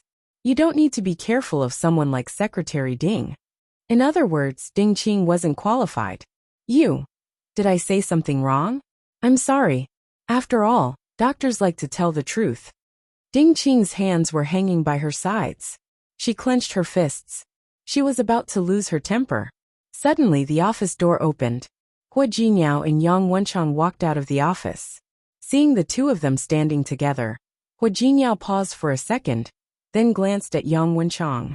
Both Yang Wenchang and Hua Jiniao had the feeling that Ding Qing was bullying Su Qingseng. Hua Jiniao took a step forward, and his face darkened. Su Qingseng walked up to him and put her arm around his. Are you off work? Are you feeling better? Hua Jiniao didn't answer her question. He glanced at Ding Qing, who was not far away from him, and ignored her. He lowered his head to look at Su Qingseng. His eyes were gentle. Why didn't you call me? I could have asked Wenchang to pick you up. Assistant Yang took me there last time. It's not like I don't know him. Su Qingseng smiled brightly, but didn't mention what had just happened. What are you talking about? Hua Jiniao asked casually. He glanced at Ding Qing's face out of the corner of his eye. Thinking of what Su Qingseng had said to him last time, his eyes turned dangerous. Nothing. Secretary Ding was worried about you. Su Qingseng glanced at Ding Qing as she spoke. Secretary Ding told me that she was talking about you. You're always working like a madman. She told me to care about you more. Really? Hua Jiniao glanced at Ding Qing. Thank you, Secretary Ding. You're so considerate. Of course. Su Qingseng nodded. She raised her face shyly. Speaking of which, I feel like I don't care enough about you. Jiniao, you won't blame me, will you? Of course. Hua Jiniao rubbed Su Qingsong's head. I marry a wife to love her. I'll be happy if you take care of yourself. Jiniao, you're so nice. Su Qingseng tiptoed and planted a kiss on Hua Jiniao's cheek. All right. Since you're done, let's go home first. All right. Hua Jiniao looked back at Yang Wenchang. Assistant Yang, I'll leave the rest to you. Yes. Yang Wenchang nodded. Their eyes met in the air. They both understood the meaning of each other's eyes. Su Qingseng didn't notice the look in Hua Jiniao's eyes. She put her arm around Hua Jiniao's and walked past Ding Qing. Thank you for your concern, Secretary Ding. We'll knock off first. Take care, President Hua, Ding Qing said. She didn't look as aggressive as she had been when she was talking to Su Qingseng. Su Qingseng couldn't help but admire him. Just now, Ding Qing had said that she could tolerate it, but she actually thought that Ding Qing was more tolerant. He just didn't know how much this person could endure, and how long he could endure. Jiniao. I'm not happy. What happened? Seeing that Su Qingsong's face suddenly darkened, Hua Jiniao stopped walking and asked, Why are you upset? Her. Su Qingseng also stopped walking and pointed her finger at Ding Qing. I'm not happy that she cares about you so much. Su Qingseng showed a side of her that she had never shown before in front of Hua Jiniao. She pouted slightly and her eyes were obviously unhappy. You're mine. I don't like it when other women care about you so much. Ding Qing widened her eyes and looked at Su Qingsang. She couldn't believe her eyes. Just now, this woman wasn't like this in front of her. But now she was pretending. Su Qingsang pretended that she didn't see the shock in Ding Qing's eyes. She held Hua Jinyao's arm. Jinyao. Hua Jinyao stopped walking, narrowed his eyes and looked at Ding Qing. Did you hear that, Secretary Ding? Ding Qing held back the urge to vomit blood, but she swallowed her anger. I know. President Hua. I'll be more careful next time. Ding Qing lowered her head. She looked humble and low-key. She was totally different from the arrogant woman she had been a moment ago. Hua Jinyao glanced at her, then lowered his head to meet Su Qingsang's eyes. The gloominess in his eyes faded away, and he became gentle almost instantly. Not angry anymore. No. Su Qingsang shook her head. She looked willful, which was rare for her. I'm still angry. I'm still not happy. Seeing Hua Jinyao frown, she shook his arm and said, think about it. She cares about you so much. It's obviously more than a colleague. You two work in the same company, and you're even on the same floor. She's your secretary. Neither Yang Wenchang nor Hua Jinyao had seen this side of Su Qingsang. Yang Wenchang was so shocked that his eyeballs almost popped out.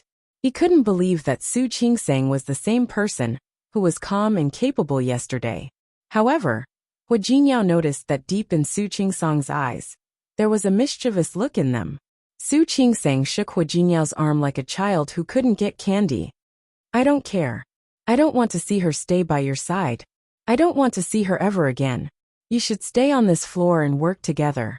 I don't want to see her care about you in the name of work. What do you want then? Hua Jinyao wanted to ask Ding Qing to leave, but he needed an opportunity. Fire her. Su Qingsang raised her head and pointed at Ding Qing confidently. I want you to fire her. Ding Qing finally couldn't stand it anymore.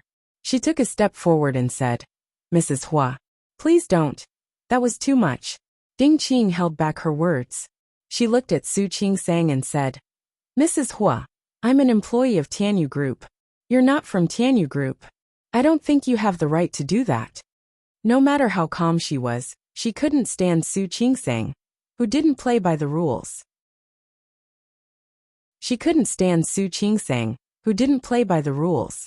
She knew that she was being humiliated by what she said, but she couldn't help but want to argue back. Su Qingsang blinked and looked at Hua Jinyao. She looked innocent and cute. Jinyao, she said that I don't have the right to do that. Don't I have the right to fire someone from your company? Of course you do. Hua Jinyao resisted the urge to laugh. He also resisted the urge to hug Su Qingsang and kiss her hard. He looked at Ding Qing coldly and said, Miss Ding, did you hear what my wife said? Go pack your things and leave now. Su Qingsang widened her eyes. In fact, she just wanted to make things difficult for Ding Qing. She didn't expect that Hua Jinyao would really ask her to leave. President Hua. Of course, she didn't think that Hua Jinyao had found out what she had done. She didn't think that Hua Jinyao had wanted to fire her anyway. She took a step forward and stood in front of Hua Jinyao. The look on her face was anger.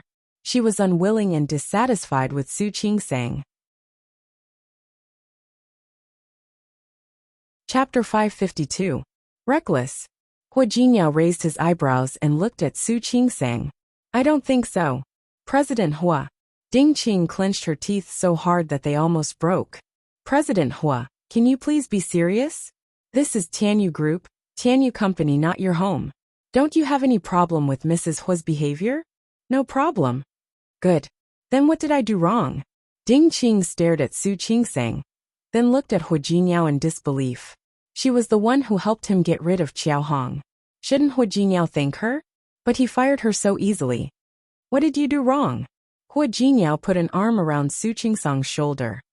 You just made my wife unhappy. Su Qingsang was held in his arms. She raised her head to look at him, and her eyes were almost sparkling. That's it. Ding Qing was so angry that her voice began to tremble. She couldn't control it. That's it. That's enough. Hua Jinyao turned around and kissed Su Qingsang's cheek. I'm henpecked. Pfft. Su Qingsang almost burst out laughing. Yang Wenchang, who was standing not far behind them, was having a hard time holding back his laughter. Hua Jinyao was calm. He held Su Qingsong's hand tightly and said, "Let's go." President Hua. Ding Qing couldn't help but step forward to stop them from leaving. Yang Wenchang stepped forward and blocked Ding Qing's way. "Secretary Ding, you should have heard what President Hua said." "Assistant Yang, President Hua is crazy. Why didn't you stop Mrs. Hua?" Ding Qing was furious, but she still managed to find a trace of rationality. Everyone in Tianyu Group knew that if there was one person who could change Hua Jinyao's mind, that person would be Yang Wenchang. "Secretary Ding, President Hua has already made things clear. Don't make a fuss." Like Hua Jinyao, Yang Wenchang didn't take it as Su Qingsong's willfulness. He listened to the audio file and knew who Ding Qing was. Her dismissal was not an injustice at all. As for why I didn't stop her, I'm sorry. The Hua family. But Mrs. Hua was the boss. Who asked you to upset Mrs. Hua? Su Qingsong didn't care how unhappy Ding Qing was. She followed Hua Jinyao into the elevator. She still had a surreal feeling. Her hand was held by Hua Jinyao, and she turned to look at him from time to time. Her gaze was very complicated. It was no longer just being touched. It was shock and disbelief. Hua Jinyao caught her gaze and squeezed her palm. "Why do you keep looking at me? Have you realized that your husband is the most handsome man in the universe?" Hua Jinyao. Su Qingsong was just a little angry because Ding Qing always talked nonsense in front of her. She didn't really want her to be fired. I was just joking with you. I don't really want you to fire Secretary Ding. She was not a willful woman, nor was she a woman who would make trouble for no reason. She came here today only because she didn't like Ding Qing's arrogant and aggressive attitude. Besides, Ding Qing knew that Hua Jinyao had a wife, but she still tried to get close to him. However, she had heard from Hua Jinyao that Ding Qing was quite capable. Since she was capable, it would be a pity to let her go. Hua Jinyao talked to Assistant Yang. "Don't let Ding Qing leave like this." "What? Are you not happy to see her? Just let her go." He had indeed planned to keep Ding Qing under his nose to keep an eye on her. However, Hua Jinyao changed his mind. So what if Lu Tongjia asked someone to come? Zhang Yang was on paternity leave, not maternity leave. If it didn't work, Hua Jinyao could ask Zhang Yang to come back. No, that's too childish. Su Qingsong didn't think it was appropriate. "I was really joking with you. She does make me feel a little uncomfortable, but it's not enough to fire her. The most important point was, you fired her so casually, and for such a reason. Maybe the board of directors of your company will scold you later." She didn't say who the board members were. The company belonged to the Hua family. For so many years, Hua Mingguang watched Lu Tongjia make things difficult for Hua Jinyao without saying a word. She didn't want to make things more difficult for him in the company. She didn't know much about business before, but ever since she met Li Qianxue, she gradually learned some things. For example, Li Qianxue kicked Su Qinghui out of the company. However, not many people knew the truth. They all said that Li Qianxue was too cruel, and that she killed the donkey when it was no longer needed. She gave up the bow when she was done. Li Qianxue wouldn't tell her these things. However, there was still Su Yusen in the company. He would occasionally say a few words. She asked Shi Mingwan, who stayed in Lin City, and she could guess most of it. Li Qianxue completely belonged to the Li family. Li Qianxue fired Su Qinghui, and people said that Tianyu Group didn't belong to Hua Jinyao alone. What if Hua Mingguang took this opportunity to make trouble for Hua Jinyao? "Don't worry. It'll be fine." Hua Jinyao squeezed her hand. "She's my secretary. Since she made you unhappy, she'll still be my secretary in the future. She'll work by my side, and you'll have to see her eventually. It's inevitable that you'll be unhappy. It's better to let her go." But Hua Jinyao kissed her on the lips, and she couldn't say the rest of the words. "Don't worry, baby. It'll be fine." His calling her baby made Su Qingsong's heart soften. She wanted to say something, but she didn't know how to change Hua Jinyao's mind. "All right." Hua Jinyao looked at her serious face and gently pinched her cheek. "Smile. Don't frown. You look like a little old woman." "Go to hell." Su Qingsong waved his hand away. "You look like a little old man." "Yes, I'm a little old man. And you're a little old woman. We're just a couple. Hua Jinyao didn't object. Su Qingsang also smiled and took the initiative to hold his hand. Okay. We'll be a pair of old men and old women. If she could hold this person's hand until the end of her life, then this life would really be perfect, wouldn't it? Hua Jinyao's reaction was to hold her hand tightly and not let go. Old Master Hua looked at Hua Jinyao with concern in his eyes. Why do you look a little thinner? Have you been busy at the company recently? It's been all right. Hua Jinyao had been sick for 2 days. Although he recovered quickly, he had been busy during this period. He didn't actually look thinner, but his complexion had always been a little worse. Take care of yourself. Don't be too tired. Old Master Hua was still very concerned about this grandson of his. There was a lot of concern in his words. Hua Jinyao was touched, and his expression was a little moved. Thank you, Grandpa. I know. Qingsang. Old Master Hua looked at Su Qingsang, who was sitting next to him. Jinyao always doesn't care about his own affairs. Since you're already married, you should be more responsible and take care of him. Grandpa, don't worry. I will. Su Qingsang didn't need Old Master Hua to tell her to take good care of Hua Jinyao. However, Hua Jinyao was obviously busier than before these days. She knew that it wasn't good for his recovery, but she couldn't stop him. She thought that Hua Jinyao was busy because Ding Qing left. She felt a little guilty because he was short of someone to take care of. Was she causing trouble for him? Thinking of this, Su Qingsang couldn't help but feel a little guilty. It wasn't that Old Master Hua didn't know that, but he just said it casually. Grandpa, what are you talking about? I don't need Qingsang to take care of me. I should take care of her. Take care of each other. Take care of each other. Old Master Hua liked to see the two of them getting along well. Nothing could make him happier than seeing his grandson and granddaughter-in-law get along well. At this time, Lu Tongjia came downstairs. After venting her emotions on Su Qingsang the other day, she felt a little uncomfortable these days. She didn't look very good.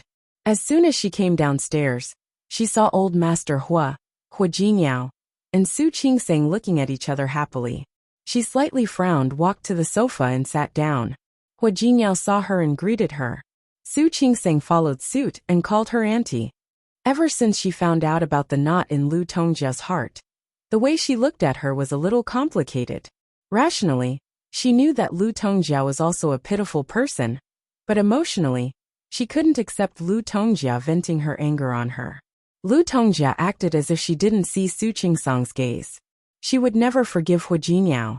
Even if Su Qingsang found out, it would be the same. It's rare today. It's not the weekend. You still remember to come back to see your grandpa?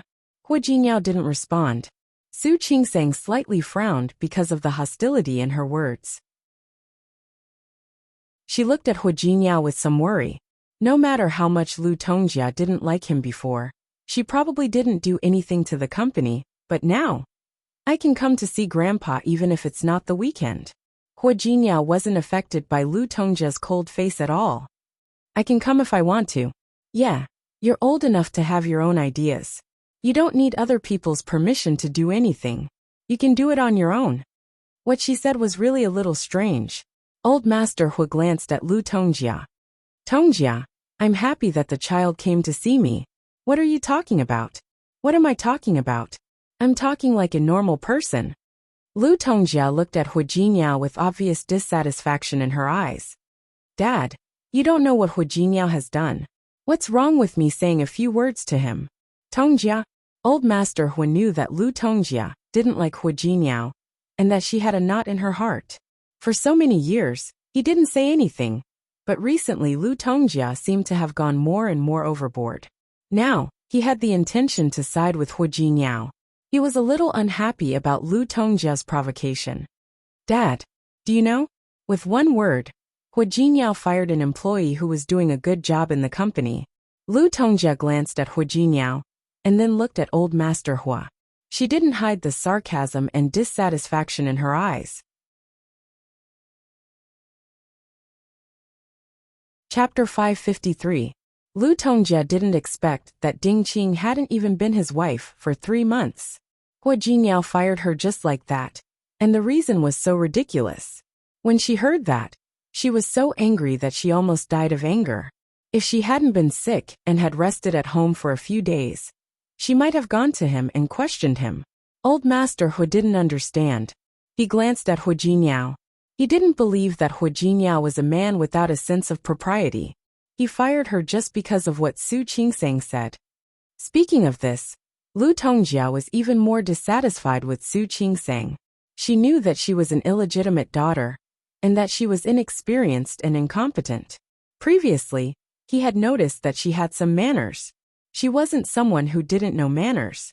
But now, because of her inexplicable jealousy, Hu Jinniao fired her employee like a fatuous emperor? Only Su Qingsang could do something like that. Thinking of this, Lu Tongjia couldn't help but ask.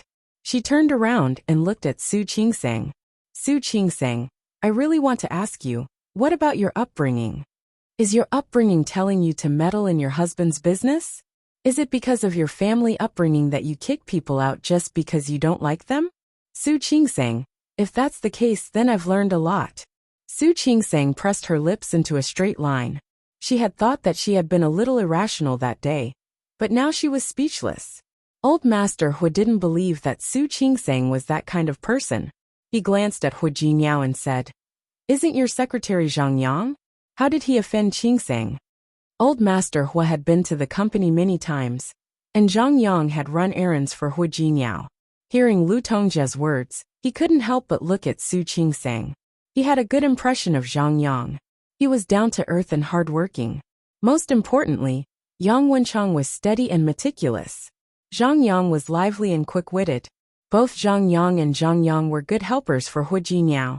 Which one is Zhang Yang? It's Ding Qing. Lu Tongjia glanced at Su Qingsang as she spoke.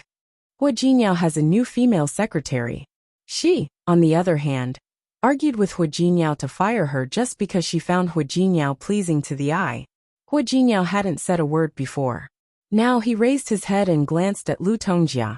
Finally he said, Mom, you really know a lot about me. Ding Qing has only been here for a few days. Mom remembers her name quite clearly. Lu Tongjia's expression changed slightly, but she soon calmed down because of her age. She looked at Hu Jinniao with a cold face. What's wrong? Am I wrong to care about you? Thank you for your concern, Mom. Hu Jinniao said ambiguously. When his eyes met Lu Tongjia's face, his gaze was deep and meaningful. His gaze was suggestive, making Lu Tongjia feel uncomfortable. Hu Jinniao, what kind of attitude is that? What do you mean? I'm your mother. What kind of tone are you using to talk to me? Hu Jinniao didn't lower his head, nor did he look away.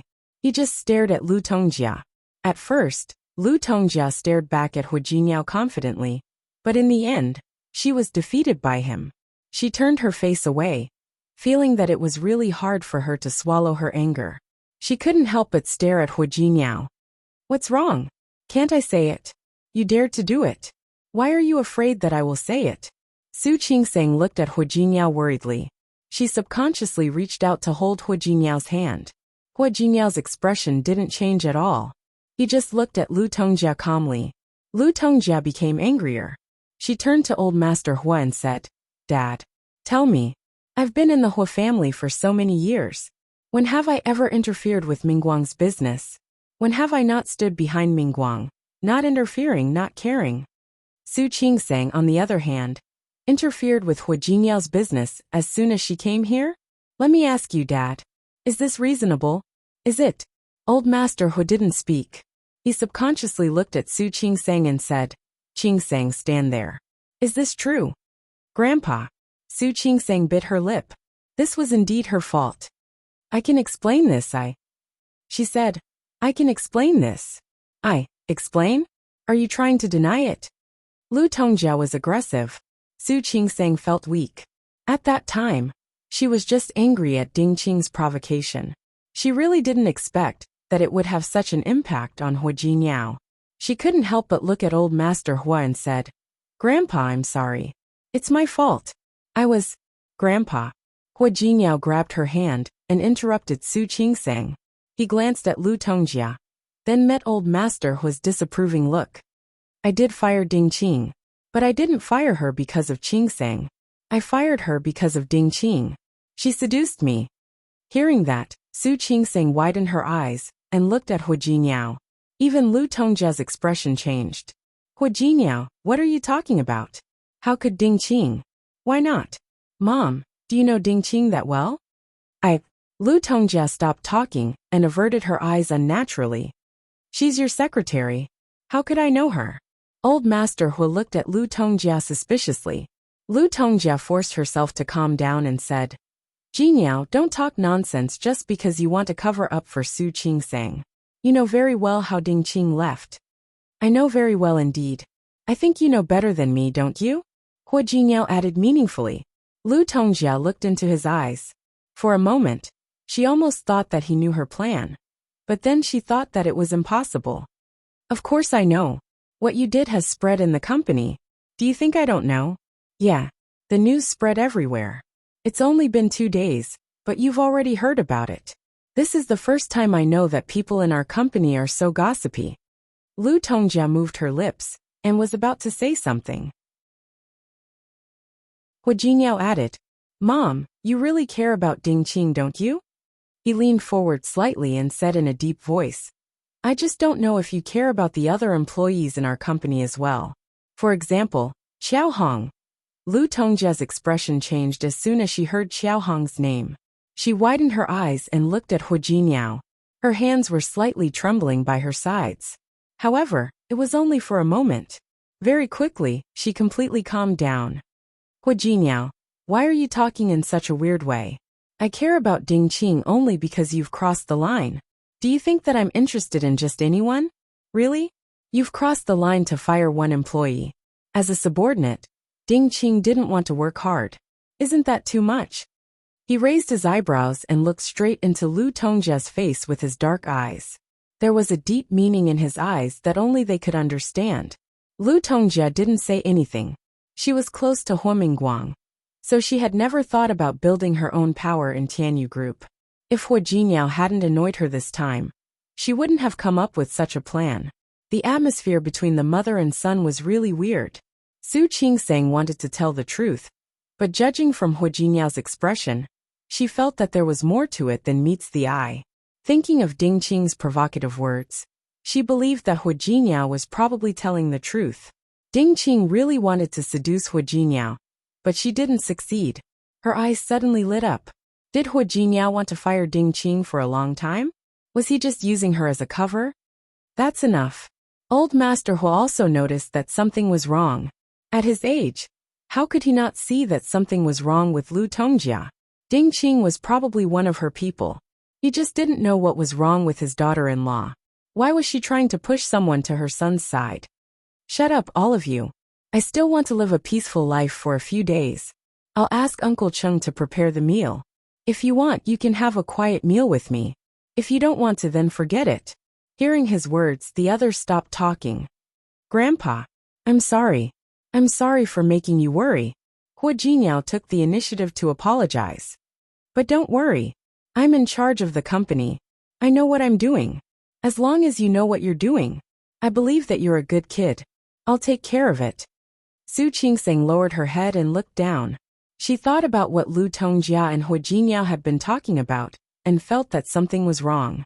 However, her grandpa was here, so she couldn't ask. No matter how unhappy Lu Tongjia was, she didn't mention it again since old Master Hu had spoken. Besides, she did feel guilty about what had happened to Xiao Hong. For the rest of the meal, she didn't cause Hu Jinniao and Su Qingseng any more trouble. This allowed the two of them to have a quiet meal. In fact, Su Qingseng wanted to ask old Master Hua about what had happened back then. However, today wasn't a good time. She could only wait. After dinner, Su Qingseng and Hu Jinniao got in the car and left. Almost as soon as they got in the car, Su Qingseng couldn't help but ask, Ding Qing, did you want to fire her for a long time? Hu Jinniao turned his face and said, Honey, what are you talking about? Didn't I fire her because you said you didn't like her? Did you? What else? Hu Jinniao raised his eyebrows with a naughty smile on his face. Su Qingseng twitched the corner of her mouth. She didn't believe a word that Hu Jinniao said. Alright honey, it's still early today. Why don't we go watch a movie? Su Qingsang was no longer annoyed by his sudden change of topic. She added coldly, "Speaking of which, did Ding Qing really seduce you?" Hua Jinyao put his foot on the brake and turned to look at Su Qingsang. "Honey, I was just joking." "Ha, I was joking too." Su Qingsang smiled at him and said, "All right, we're going to watch a movie. Let's go." "Yes, let's go." Chapter 554. Su Peijian looked in the mirror and painted her lips red. Looking at the mirror, he pouted his lips. After confirming that his current appearance was enough to turn the world upside down, he stood up. She put on her coat and looked at herself in the mirror again to make sure that every detail was perfect. Then, she picked up her bag and prepared to go out. However, as soon as she opened the door, she ran into Xiang Kaiping. She stood at the door with her mouth open and was about to call her. "Mom, what are you doing here? It's almost dinner time. Are you going out again?" Xiang Kaiping looked at Su Peijian and asked carefully. "Yes, I have an appointment. I have something to discuss." Xiang Kaiping's lips moved, but she swallowed what she wanted to say. "You haven't eaten at home for 3 days. Peijian, Mom, I really have something to discuss. It's not like I'm playing." Su Peijian blinked and looked a little aggrieved. "I just came here, and I'm not familiar with this place. I have to make more local friends, right?" Xiang Kaiping looked at her daughter. Her appearance was gorgeous, and her makeup was exquisite. Her clothes were appropriate. If not, she would still be the girl from a rich family in Lin City. She was in a trance for a moment. If she hadn't accepted this daughter as her own, what would she be like now? "Peijian, what's wrong?"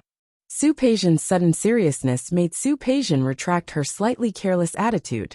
The joking expression on her face disappeared. "What's wrong?" "Nothing. I just feel that you don't want to go back to Lin City." "Mom, why do you say that?" "I'm serious." Xiang Kaiping had thought a lot about it. The more she spent time with Su Peijian, the more she thought about the months she spent with Su Qingsang. She knew it was wrong, but she couldn't help comparing it. Su Peijian didn't like her and couldn't accept her. She knew it all. Her life experience was there, and her feelings and knowledge were there, especially compared to what Su Qingsang did, and now Su Peijian. She knew it very well.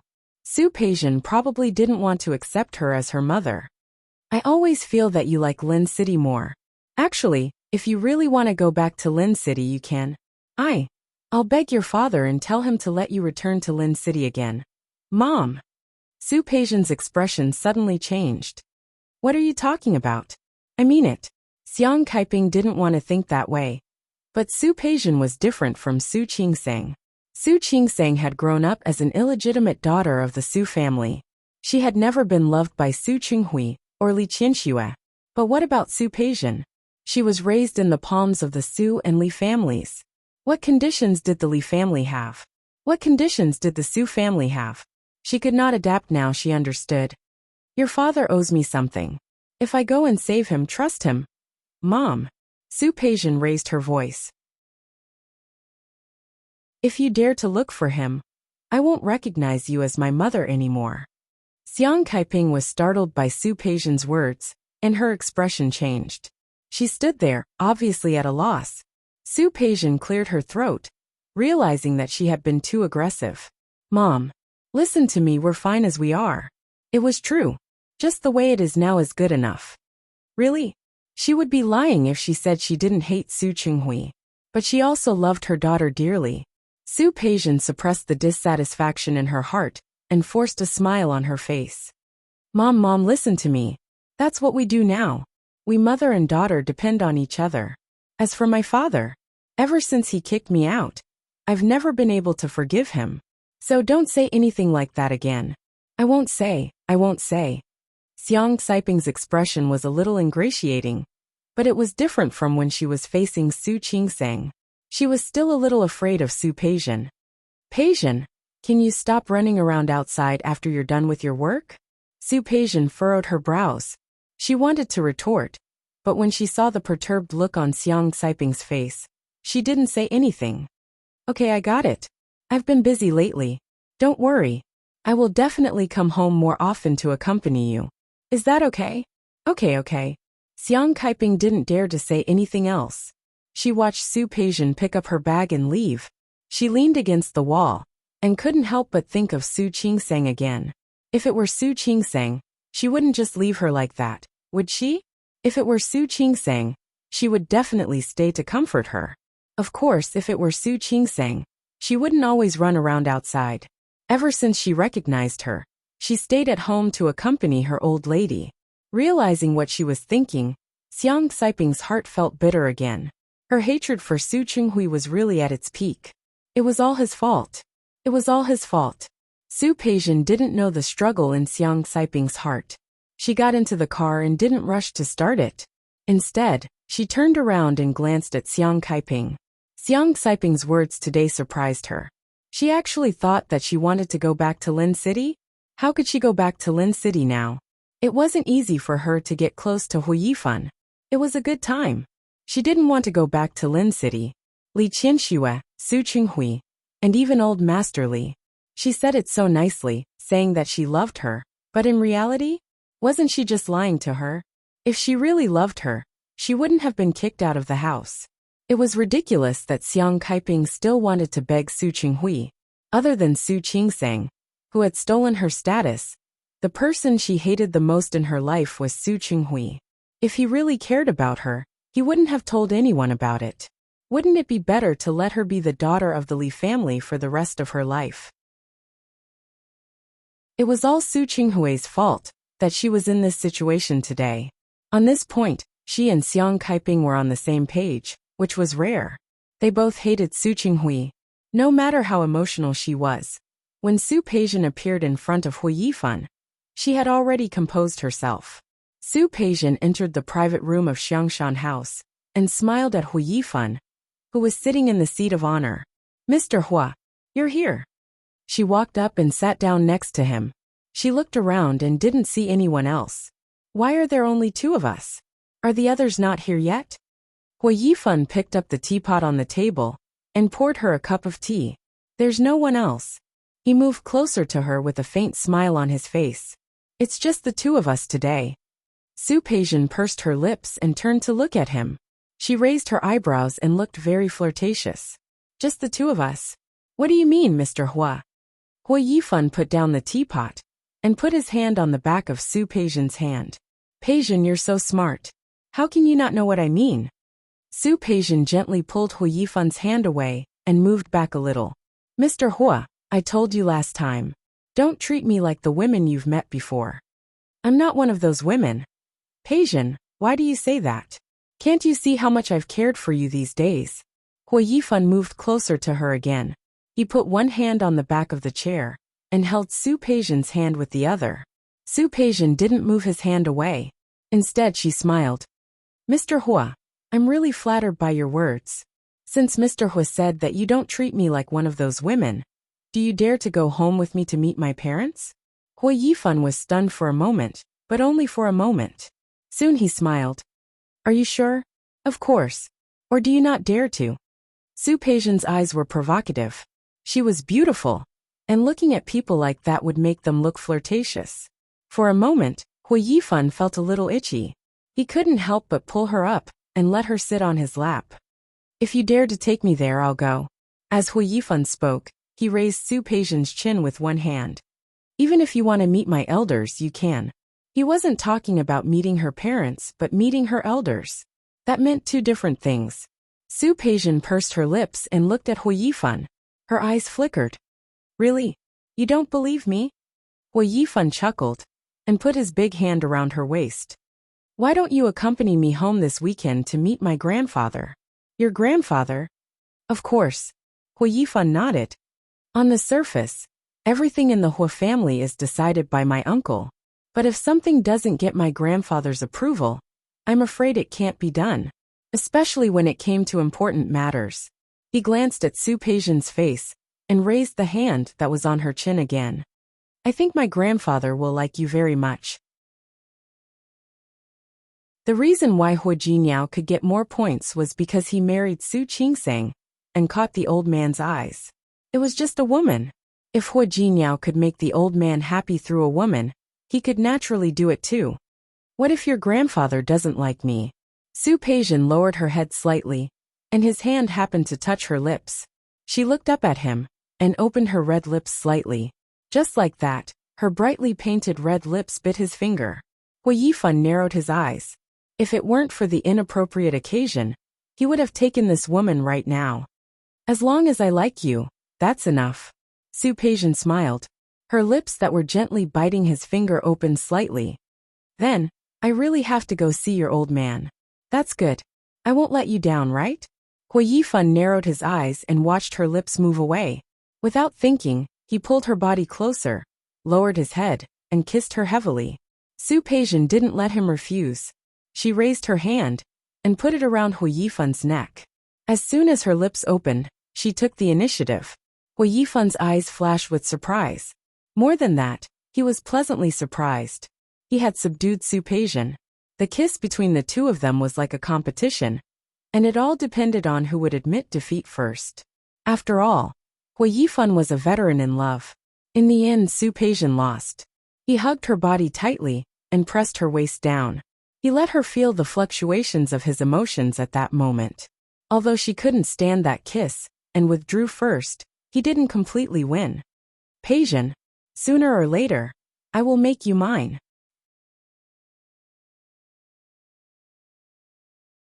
Chapter 555. You don't believe me? I do. Su Peijian looked at Hui Yifan's face. To be honest, Hui Yifan wasn't bad-looking. Most importantly, she liked the ambition in his eyes. However, I feel that in the end, you might become mine. Really? Why don't we wait and see? Hui Yifan was more and more interested in Su Peijian. No problem. Su Peijian smiled brightly. She thought of something and found it funny. Su Qingsang, aren't you relying on the Hua family? I'll let you know now.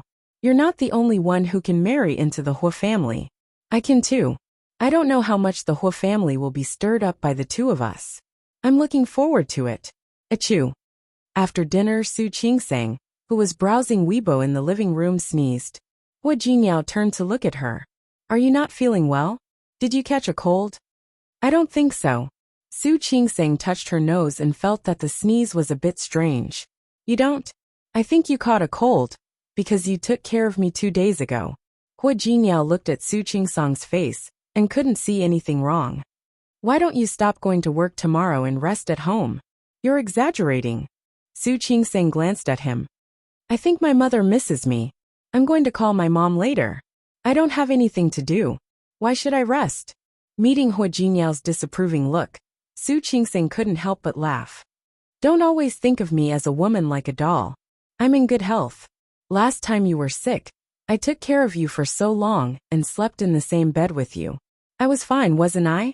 Hua Jinyao suddenly approached her and said, Honey, are you asking for credit? Can't I ask for credit? Su Qingsang raised her eyebrows and joked with him. After that day, she didn't ask about Lu Tongjia again. To her, since Hua Jinyao didn't want to talk about it, she wouldn't ask. She didn't want to ask old Master Hua either, because she thought of another possibility. If what Lu Tongjia said was true, what should she do? Why did Hua Jinyao have nightmares all these years? After all, he was only 12 years old.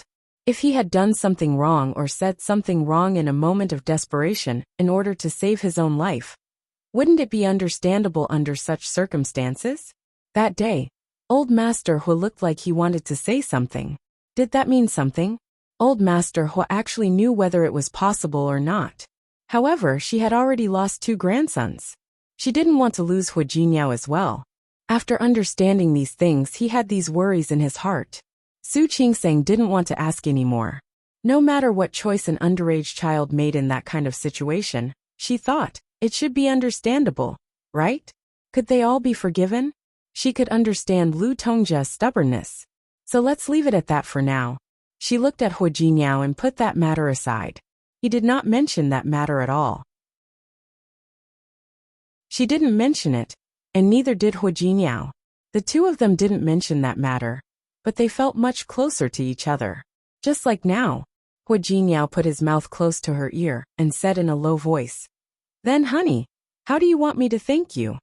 Su Qingsang felt the heat of his breath brushing against her ear. She shrunk her neck a little, To be honest, Hua Jinyao's masculinity was fatal, especially when he was talking to her in such a low voice. Stay away from me. I'm afraid I can't. Hua Jinyao put one hand around her waist.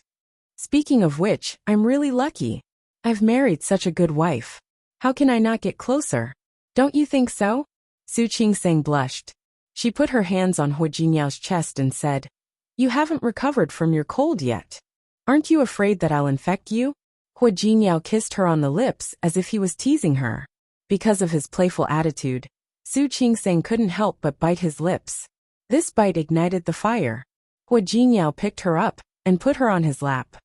Honey, if you really catch a cold because of me, then you can't blame me. As he spoke, he had already picked up Su Qingseng and walked towards the bedroom. Su Qingseng sat in the car, feeling a little flustered. This feeling came out of nowhere. She subconsciously raised her hand to cover her heart. What's wrong? Are you not feeling well? Hua Jinyao drove the car. The Hua family's old house was not far ahead. Su Qingseng's expression suddenly changed. He sped up and drove into the Hua family's house.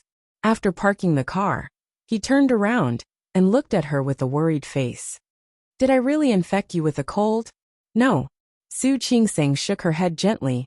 I don't know why, but I keep feeling flustered. Flustered? Yes. I just feel like something is going to happen. It was such a strange feeling. Su Qingseng looked at Hua Jinyao and said, Do you think something will happen? What could happen? He had already driven Ding Qing away. Now, all the people he could use were people he trusted. Hua Yifan had recently negotiated a good project. The contract was about to be signed, and he was almost in a position to do whatever he wanted in the company. His vice president seemed to be more powerful than Hua Jinyao. Hua Jinyao saw it but didn't say anything. Some things really depended on who could laugh in the end. As for other things, what else could there be? Su Qingseng had just called Li Qianxue yesterday. The company was getting better. She didn't hear anything from Li Qianxue. Nothing. Maybe I'm thinking too much. Let's go. Let's get out of the car. As Su Qingseng spoke, she reached out to push the car door open, and the two of them entered the house together. Not long after they entered the house, a Bugatti Veyron also drove in. That car was Hua Yifan's. Today the Hua family was all here. Hua Mingguang's family, Hua Mingliang's family, and Hua Mingmei's family were all here. Su Qingseng and Hua Jinyao weren't the first to arrive. When they entered the house, Hua Mingmei's family was already sitting on the sofa in the living room. When she saw Su Qingseng, the corners of Hua Mingmei's mouth twitched, and an obvious look of disdain flashed across her eyes. However, she had been warned by old Master Hua recently, so her emotions flashed quickly and were almost invisible. Wei Seming and Wei Sihai wouldn't take the initiative to make friends with Su Qingseng. They were usually close to Hua Manzi. Speaking of which, they could be considered Hua Mingliang's group. Hua Mingliang and his wife, Nian Chuanya, Hua Yang, and Hua Manzi sat on the other side. Su Qingseng glanced around and didn't see Hua Yifan, but she didn't care. The Hua family's gathering wasn't always full. She went up and greeted the elders one by one. When facing Lu Tongjia, Su Qingseng's expression was still indifferent. Lu Tongjia didn't like her, but she didn't always have to warm up to them. It was rare that Lu Tongjia was easy to talk to. She didn't say sarcastic words like the previous few times. However, Su Qingseng could feel that Lu Tongjia's expression was even more unpleasant. She seemed to have something on her mind. Her face was a little gloomy. Nian Chuanya had been talking to her, but she didn't seem to hear her. Hua Mingguang and Lu Tongjia were sitting together, but there was almost half an arm's length between them. This was also impossible in the past. Could it be that there was something wrong with the couple? She subconsciously glanced at Hua Jinyao. Hua Jinyao gave her a look, signaling her to leave it alone. Of course, Lu Tongjia didn't look good. After all, her plan had been ruined by him. Ding Qing had left, and Lu Tongjia didn't have anyone she could use. She had never wanted to be Wu Zetian before, and she had never placed people in Tianyu group. If she only relied on Hua Mingguang, he would consider the big picture no matter what he wanted to do. Hua Jinyao didn't do much. He just asked someone to more or less tell Hua Mingguang about Xiaohong. It was true that Hua Mingguang doted on Lu Tongjia, and it was also true that he had feelings for Lu Tongjia. He didn't even stop Lu Tongjia from hurting Hu Jiniao. But it didn't mean that he would let Lu Tongjia do whatever she wanted. There were too many variables in selling the company's secrets, even if it was a lie.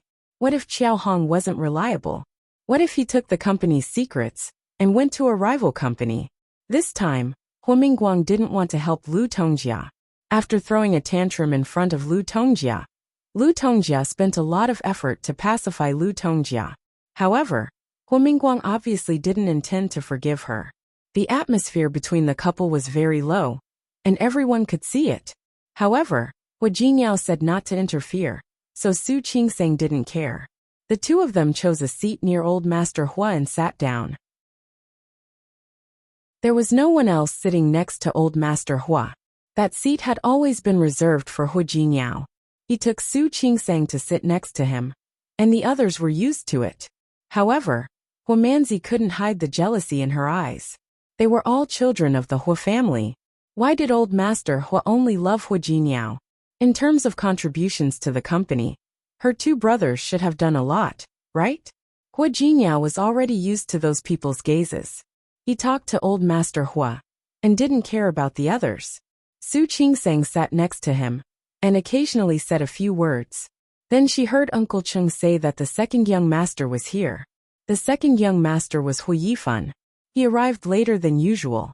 Su Qingseng didn't have a good impression of Hu Yifan, so she was sitting with her back to the door. Hearing Uncle Cheng's words, she politely turned her head to look behind her. "I'm sorry. I'm late." Hu Yifan apologized, but the expression on his face was one of pride. "I'm sorry. I should have come earlier, but today is a special day. I have someone to introduce to Grandpa, so I went to pick them up. I was delayed on the way. Grandpa, please don't take it to heart." He seemed to be holding someone's hand and walking inside. He was quite tall. The figure was blocked behind him. Su Qingseng didn't see the person's face at first glance.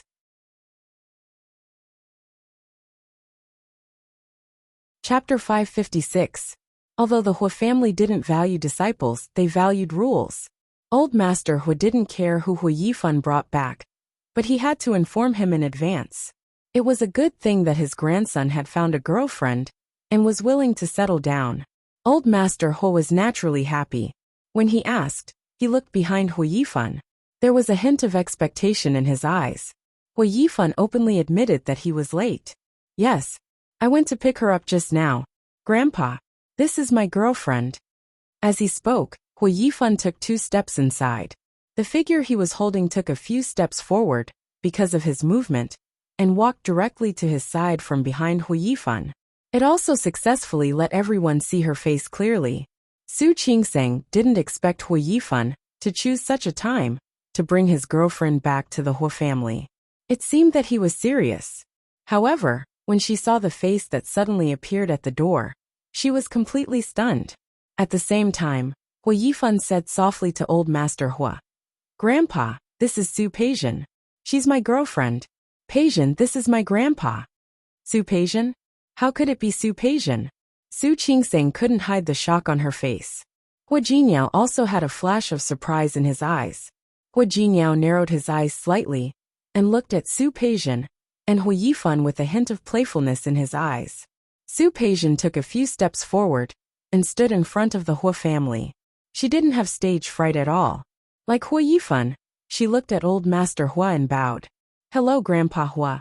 As she spoke, she took out a not-so-small box from behind her and placed it in front of Old Master Hua. "Grandpa Hua, I don't know what you like. Yifan suddenly said that he wanted to bring me to see you, and I didn't prepare anything. It's just a small gift. Grandpa Hua, I hope you don't mind." Su Peijian's appearance was delicate and pretty. Usually, elders wouldn't like such an appearance. However, before she came today, she deliberately tidied herself up. She was wearing a decent long-sleeved dress with a fragrant blazer on the outside. She looked much more mature, and her attitude was friendly and polite. Old Master Hua had a good impression of her. Good. It's good that he's here. Why is there a need for gifts?" Although he said that, Old Master Hua did not refuse and accepted the gift from the other party. Of course, Su Peijian hooked her arm around Hu Yifan's. I often hear Yifan mention you. He often says that the person he admires and respects the most is you, Grandpa. I'm so envious of him for having such a good grandfather. Really? Old Master Hu wasn't a person who liked to listen to flattery, but Su Peijian had a sweet tongue and used Hu Yifan to praise him, which made him smile a little more. Of course it is. After hearing what Yifan said, I can't wait to see you, Grandpa Hua. Su Peijian nodded heavily. There was not a trace of arrogance on her face, not even a trace of the arrogance she had when she was with Hu Yifan. Her eyes were gentle, and her voice was sweet. She looked like a well-bred lady from a respectable family. Seeing this, Hu Yifan, who had been a little worried before, completely relaxed.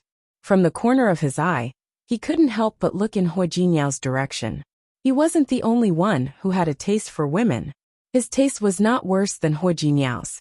It wasn't that Hu Jinyao hadn't interacted with Su Peijian before. In the few times they had met, Su Peijian either had a high and mighty look on her face, or she looked flustered and exasperated because she failed to deal with them. Not to mention him, even Su Qingsang, who grew up with Su Peijian, had never seen her like this before.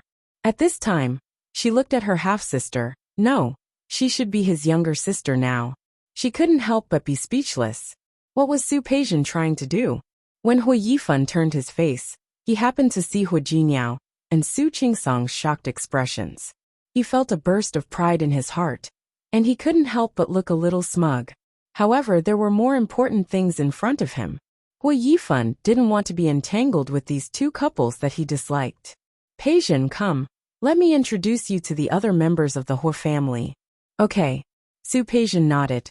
The smile at the corner of her mouth suddenly changed when she saw Su Qingsang sitting next to Hu Jinyao. Sister? After saying this, she immediately covered her mouth, as if she realized that she had said something wrong. She suddenly looked at Hu Yifan helplessly. That sister wasn't a soft call. Moreover, no matter how big the living room was, the group of people sitting together naturally heard it clearly. What did you call her? Hu Yifan was stunned for a moment, and his somewhat suspicious gaze fell between Su Qingsang and Su Peijian. He seemed to have just realized that Su Peijian's surname was Su, and Su Qingsang's surname was also Su. His expression changed for a moment. Su Peijian seemed to be frightened. She looked at Su Qingsang and said, I'm sorry, Miss Su. I shouldn't have called you sister. As she spoke, her body leaned against Hu Yifan's side without a trace, and her face seemed to be a little scared. Su Qingsang sat there without moving, just watching Su Peijian act there, as if she was directing and acting herself. She had never seen Su Peijian act like this before, but now she had a rough idea of what Su Peijian was doing. Hu Jinyao sat next to Su Qingsang and reached out to gently pinch her palm. Su Qingsang glanced at him, and her fluctuating emotions strangely calmed down in an instant. No matter what Su Peijian wanted to do, she would just take it. Peijian, what the hell is going on? Hu Yifan narrowed his eyes. He looked at Su Qingsang, and then at Su Peijian. Su Peijian's arrogance and domineering attitude from before, and her delicate side in front of Hu Yifan was like a little wife. Especially the way she looked at Su Qingsang, there was a hint of fear in her eyes. Su Qingsang didn't say anything and watched Su Peijian act. Her mood had calmed down, and she was in the mood to watch her act. Really, she had never thought that Su Peijian had such acting skills before. It was a pity that she didn't enter the entertainment industry. Hu Jinyao and his wife weren't the only ones staring at Su Peijian. The others were also staring at her. Hu Mingmei narrowed her eyes, as if she wanted to watch a good show. Lu Tongjia had been scolded by Hu Mingguang recently, and this made her feel even worse. She didn't like Su Qingsang, but she didn't like Su Peijian's attitude of not finishing her words. Su Peijian also knew that she couldn't keep people in suspense. Looking at Su Qingsang, she didn't hesitate and directly told the answer.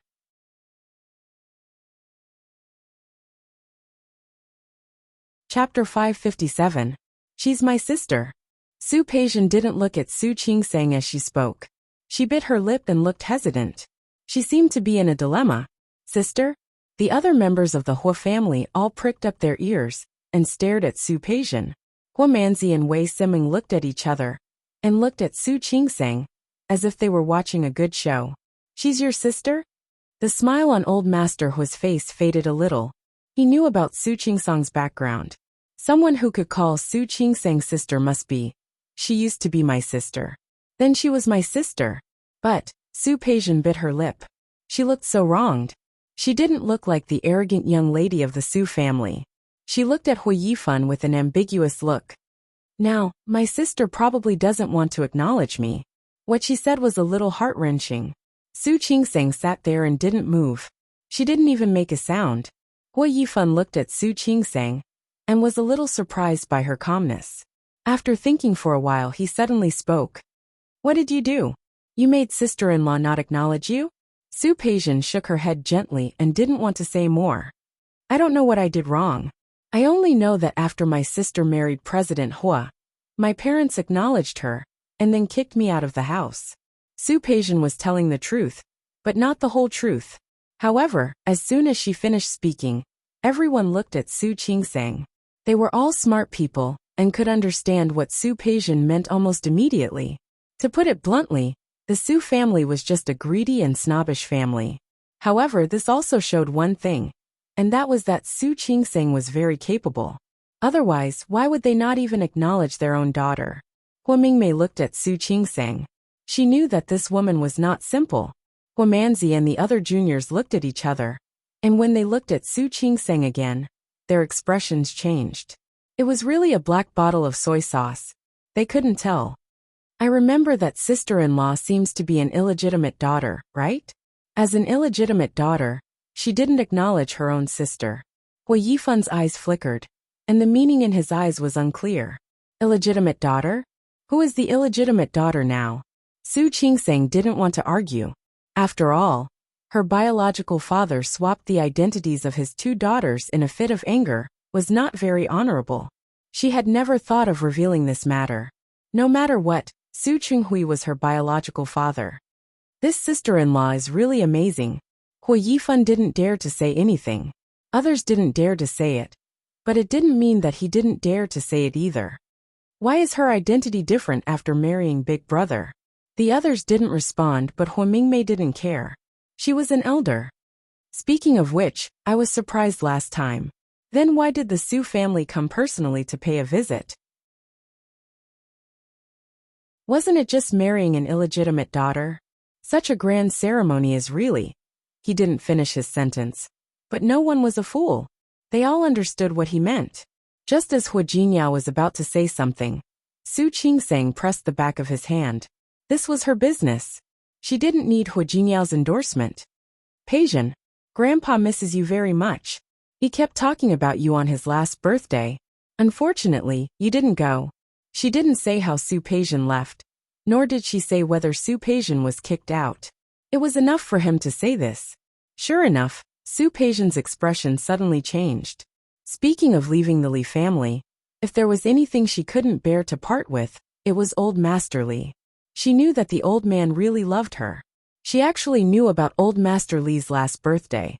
She also thought about whether she should go back to Lin City to visit old Master Li, even if it was just a phone call.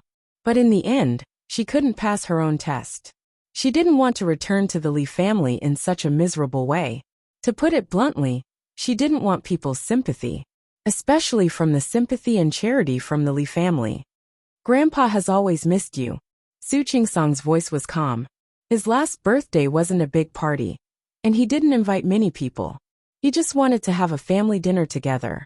Su Qingsang sighed softly, and her expression seemed to be a little emotional. But it's a pity that the family didn't come together. His birthday wasn't a perfect one. These days, she often contacted Li Qinxue and Su Yusen. Li Qinxue wouldn't take the initiative to mention Su Peijian in front of her, but Su Yusen had mentioned it a few times. More than 20 years of feelings couldn't be lost just because you said so. But Su Peijian could be so cold-hearted. Not only did she not visit, she didn't even call. How could Li Qinxue accept this? How could she not be disappointed? No matter how much she missed Su Peijian, she wouldn't take the initiative to contact her. First, Li Qinxue was an elder, and Su Peijian was a junior. If Su Peijian really recognized the Li family, she would take the initiative to contact them. Second, she didn't want to hurt Su Qingsang's heart again. Third, she didn't want Su Qinghui to be complacent.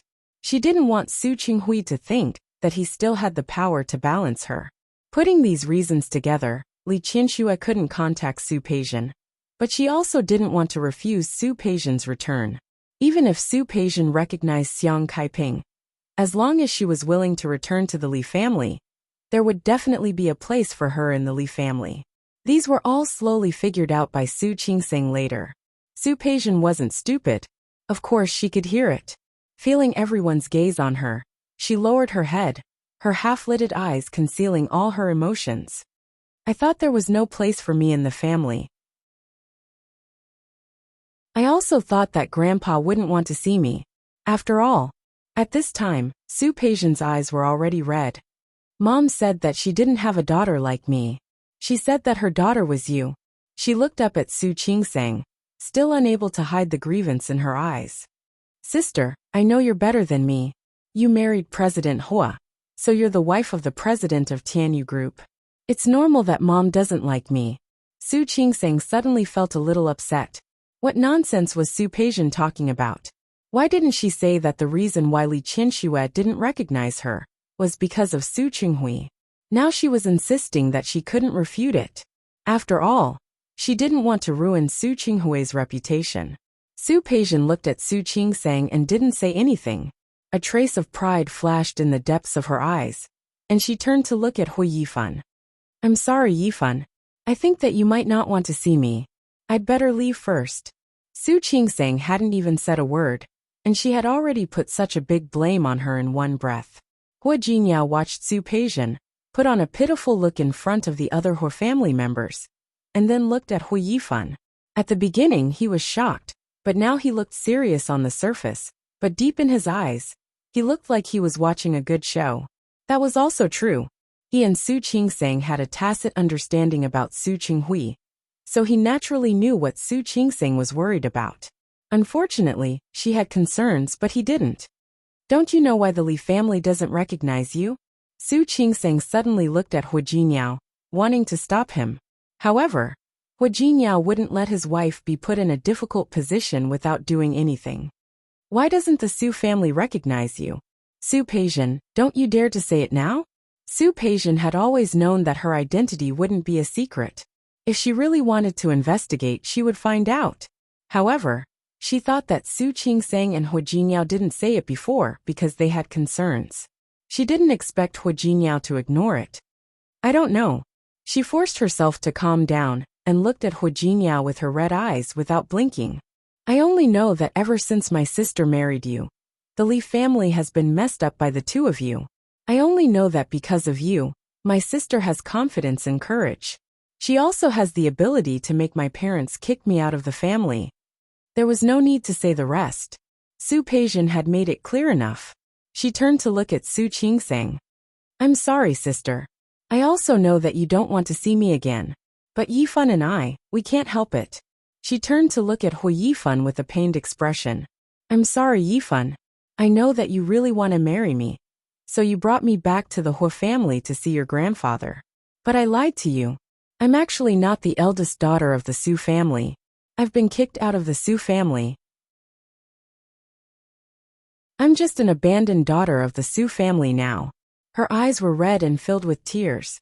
The expression on her face was so aggrieved and pained. Hua Jinyao had never seen Su Peijian like this. He only felt that she was a completely different person from the beautiful woman who had sat on his lap. Even the way they talked was different. Su Peijian had never said that she was the eldest daughter of the Su family. When she appeared in front of him, her identity became a mystery. Hua Yifan had thought of investigating her, but he preferred to conquer her first. He enjoyed the feeling of conquering, and he was also confident that everything was under his control. So when Su Peijian said that, he almost immediately realized what was going on. Peijian, please don't say that. I believe that you didn't do it on purpose. Su Peijian's lips moved. She seemed to want to say something, but stopped on second thought. Hua Yifan held her hand. It's not your fault that you were kicked out of the Su family. It's not your fault that they abandoned you. It's someone else's fault. There was no need to say who that someone else was. I like you as a person, not because of your identity. I believe that Grandpa won't care about your identity. Grandpa, don't you think so? He turned to look at Old Master Hua with a sincere expression. He stood in front of Su Peijian, looking as if he would go through thick and thin with her. He looked so sincere that even Su Peijian couldn't tell if he was serious or just acting. The other members of the Hua family couldn't tell. However, everyone was looking at the two of them. From time to time, they would turn their eyes back to Hua Jinniao and his wife.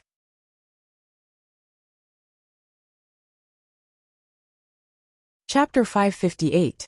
Others didn't know about Su Qingsong's family background, but Old Master Hua did. Hua Jinniao had told him about it as soon as he came back. Su Qingsong didn't say it out loud because she wanted to save Su Qinghui's face. But this Su Peijian, now that Su Qingsong had become the eldest daughter of the Su family, Su Peijian would naturally become an illegitimate daughter. He had no problem with illegitimate daughters, and he could understand Su Qinghui's behavior of exchanging two children in a fit of anger.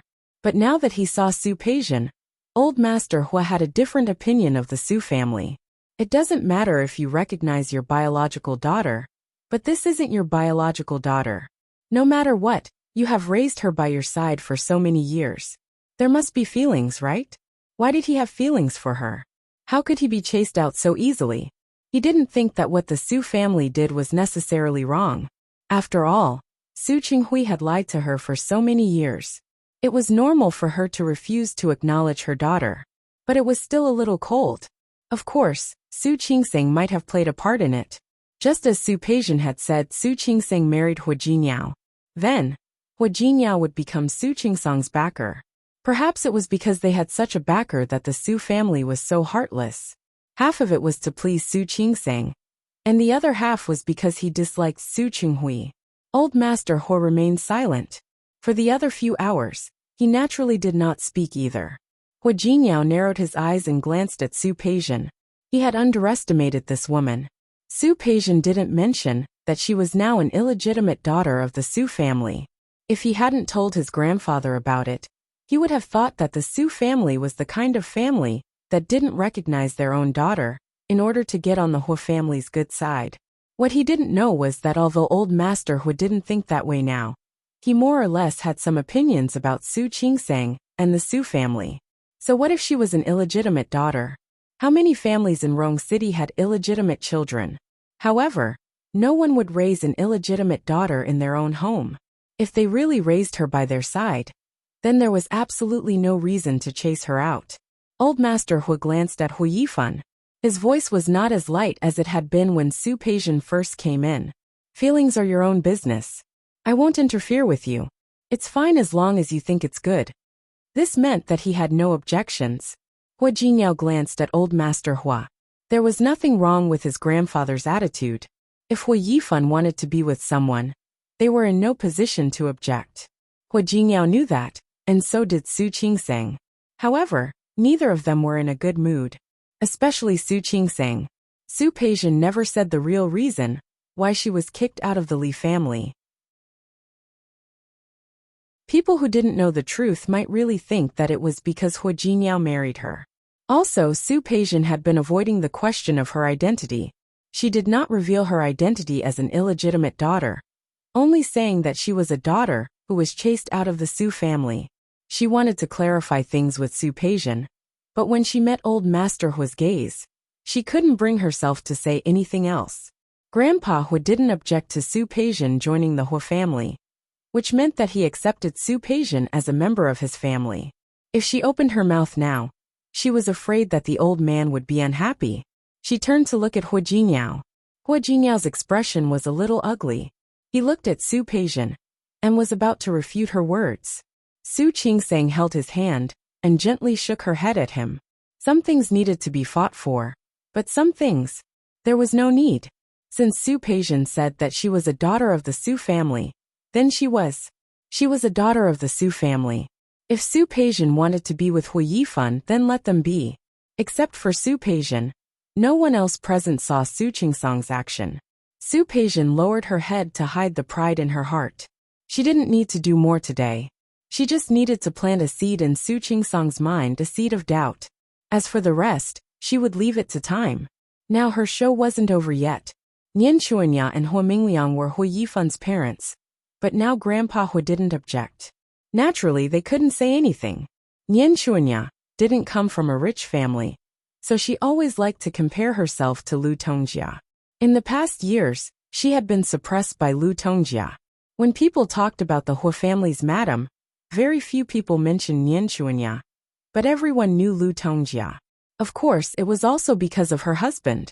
After all, Hua Mingliang was not as capable as his brother. He was only a director in Tianyu Group, but he had always been doing nothing. Lu Tongjia was indeed a scheming person. She had fought with Lu Tongjia several times, both openly and secretly, but she had always been defeated. She was holding back her anger in her heart. She was thinking about how to suppress Lu Tongjia. However, Lu Tongjia was stronger than her in every aspect. When it came to children, she gave birth to 3 children, and so did Lu Tongjia. She had 2 boys and 1 girl, and Lu Tongjia had 2 boys and 1 girl.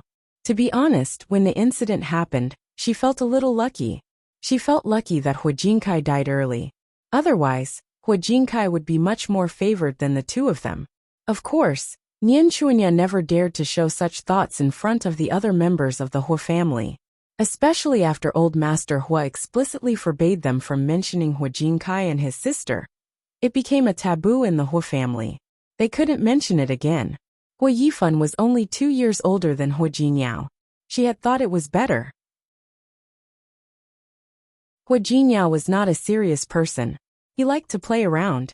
She could see that when he was young, with Hua Jinkai gone, Hua Yifan would have a chance. However, after Hua Jinkai left, Hua Jinyao seemed to have changed into a different person. He skipped a grade, went abroad to study, and took over the company. Old Master Hua was full of praises for him. He had suppressed Hua Yifan and his sister. Lu Tongjia only had 1 son left. Speaking of which, there was nothing to be proud of at all. However, he had risen to the top and gained Old Master Hua's favor. Don't you think that Old Master Hua is biased? Now, Su Qingsang's parents kicked her sister out just because she married Hua Jinyao. What did that mean? Hua Jinyao had his ways. Su Peijian was not so good. Her silly son had thrown away someone who didn't want him. Thinking of this, Nian Chunya's face darkened. When Su Peijian came over to greet them, her expression was indifferent, and it was obvious that she was unhappy. Su Peijian didn't mind being treated coldly. She still greeted Hua Mingliang and Nian Chuanya with the same attitude. Then, Hua Mingguang and Lu Tongjia. Then Hua Mingmei and Wei Nantian.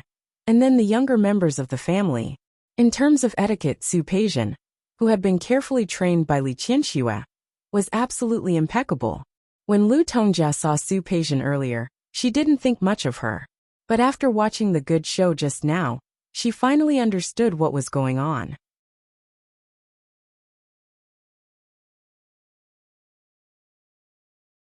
Chapter 559. Su Qingsang and Su Peijian didn't look like sisters. They looked more like enemies. Lu Tongjia looked at Su Qingsang, and then at Su Peijian. For the first time, she looked at Su Peijian seriously. Before Su Peijian came, she had asked Hua Yifan about the Hua family.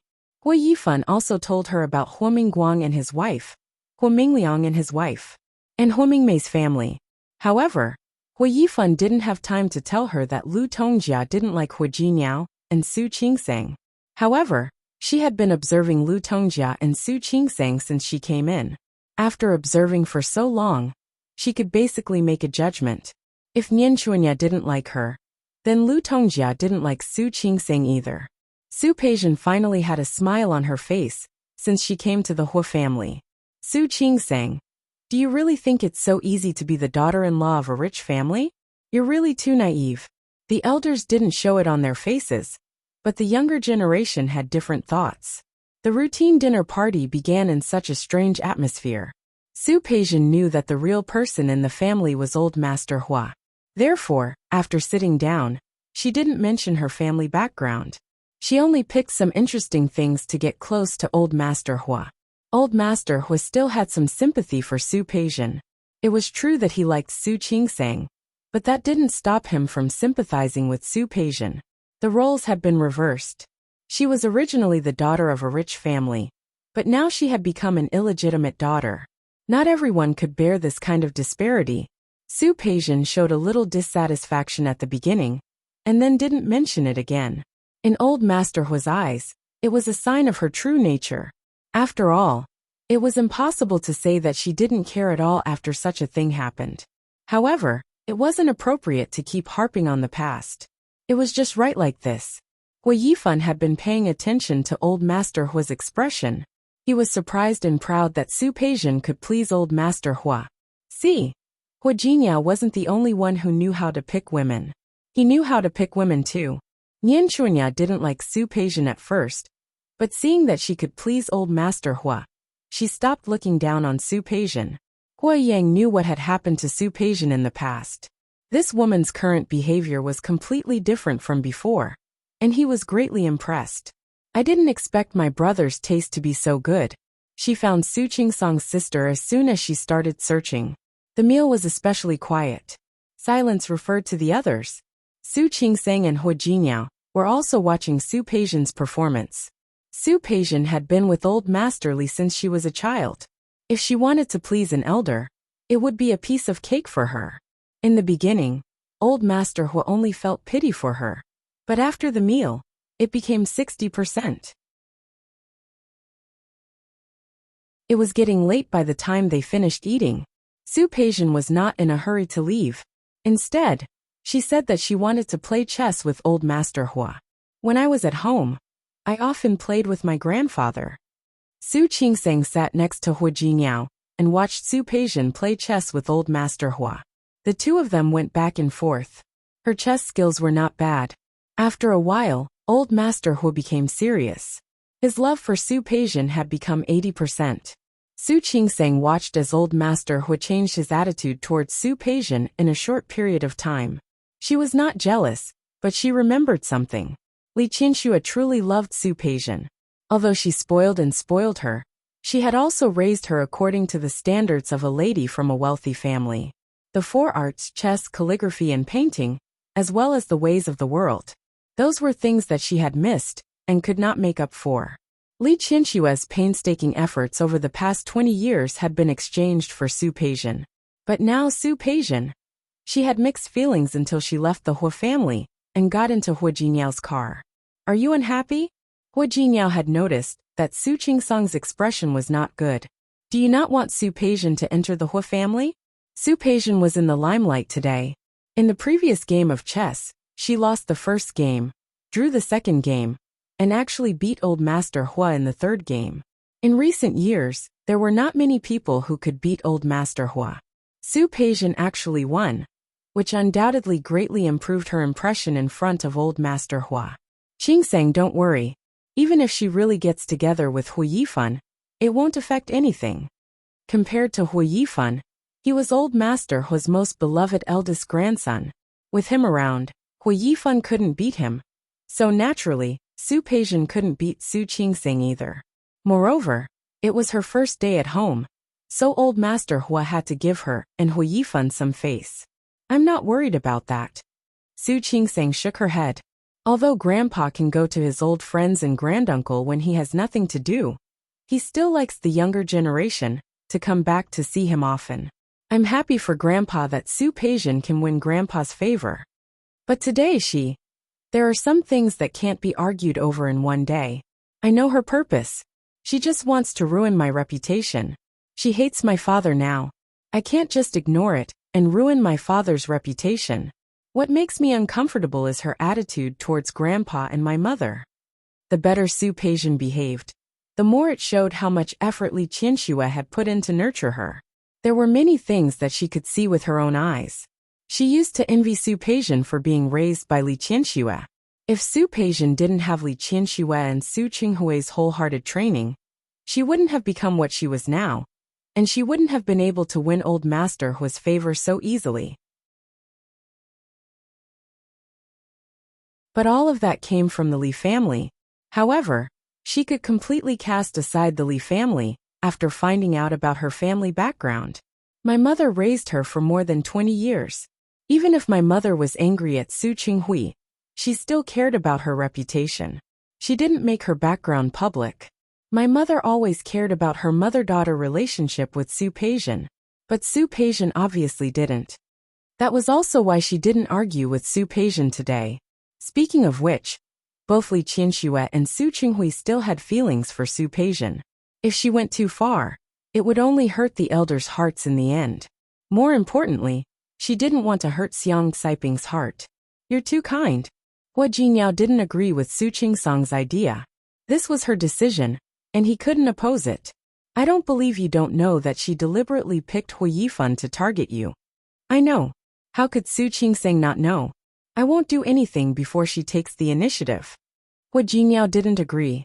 He had wanted to see what Su Peijian was doing before, but he thought that she was still in Lin City, so he didn't investigate. Now that she was in Rong City, and it was obvious that she was targeting Su Qingsang, there was no reason for him not to make a move.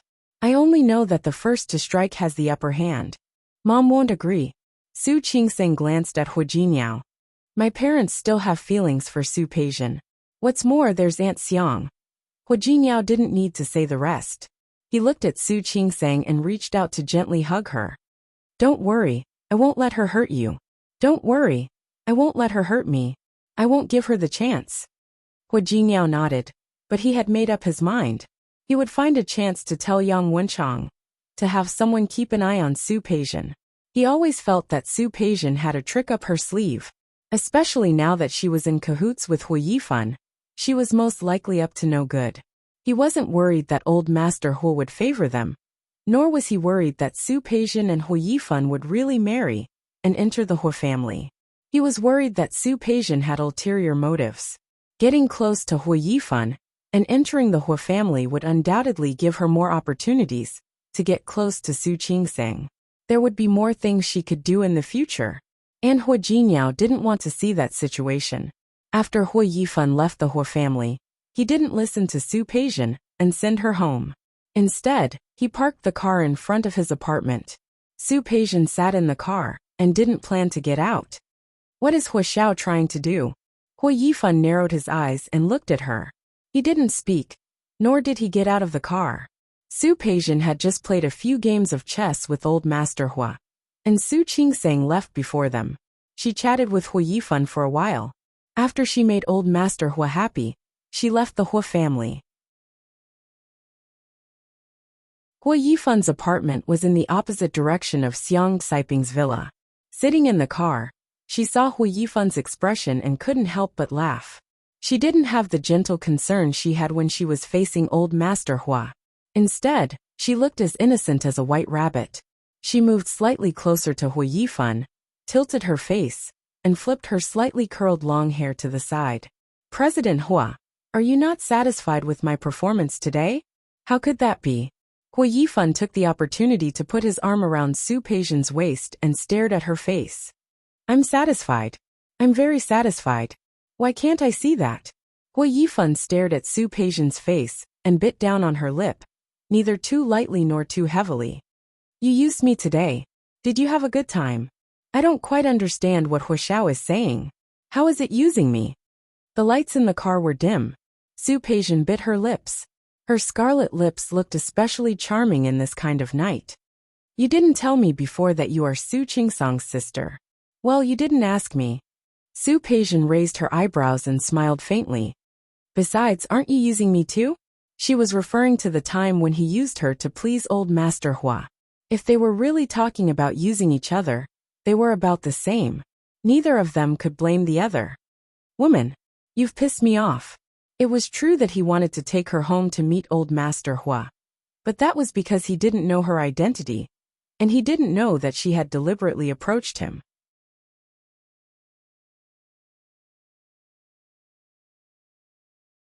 Chapter 560. He didn't know that she was Su Qingsang's sister, that she was the daughter of the Su family, and that she had been kicked out of the Su family. Of course, he didn't care about that identity, but the Su family had kicked Su Peijian out to please Su Qingsang.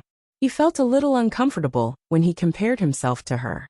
Mr. Hua, you're wrongly accusing me. I remember I asked you before, didn't I? I asked you if you dared to meet my parents with me. You said you dared. Hui Yifan narrowed his eyes and stared at Su Peijian's face. Did you approach me on purpose for Su Qingsang? Didn't you also use me on purpose for Hu Jinyao? Su Peijian's counterattack made Hui Yifan feel a little suffocated. Woman, I don't like to be used. If you're used, it means that you're still valuable. What's more? Su Peijian put her hand on Hui Yifan's chest. We're not just using you. We're using each other. Isn't that right? Hui Yifan didn't speak. He felt a little uncomfortable. Su Peijian changed the topic at that moment. Your aunt doesn't seem to like my sister, does she? Hui Yifan looked at her with a cunning look in his eyes. What do you want to do? Mr. Hua, you should ask what we want to do. Su Peijian approached Hui Yifan with a smile. Her red lips opened and closed, but the words she said were full of calculation. You don't like Hu Jinyao, and I don't like Su Qingsang. Do you know Hu Jinyao's weakness? It's Su Qingsang. If Su Qingsang had anything, would Hu Jinyao still have the mood to fight with you? Would he still have the mood to sit as the president of Tianyu Group? She didn't need to say the rest. Hui Yifan was a smart man, so he naturally understood what she meant. Looking at the smugness in her eyes, he suddenly tightened his hand on her waist. Has anyone ever told you that you're a bad woman? No, you're the first. Su Peijian smiled and put her arms around his neck. Has anyone ever told you that you're a bad man? I don't think so. As Su Peijian said this, she kissed him on the lips. So the two of us, bad men and bad women, just happened to be a match made in heaven.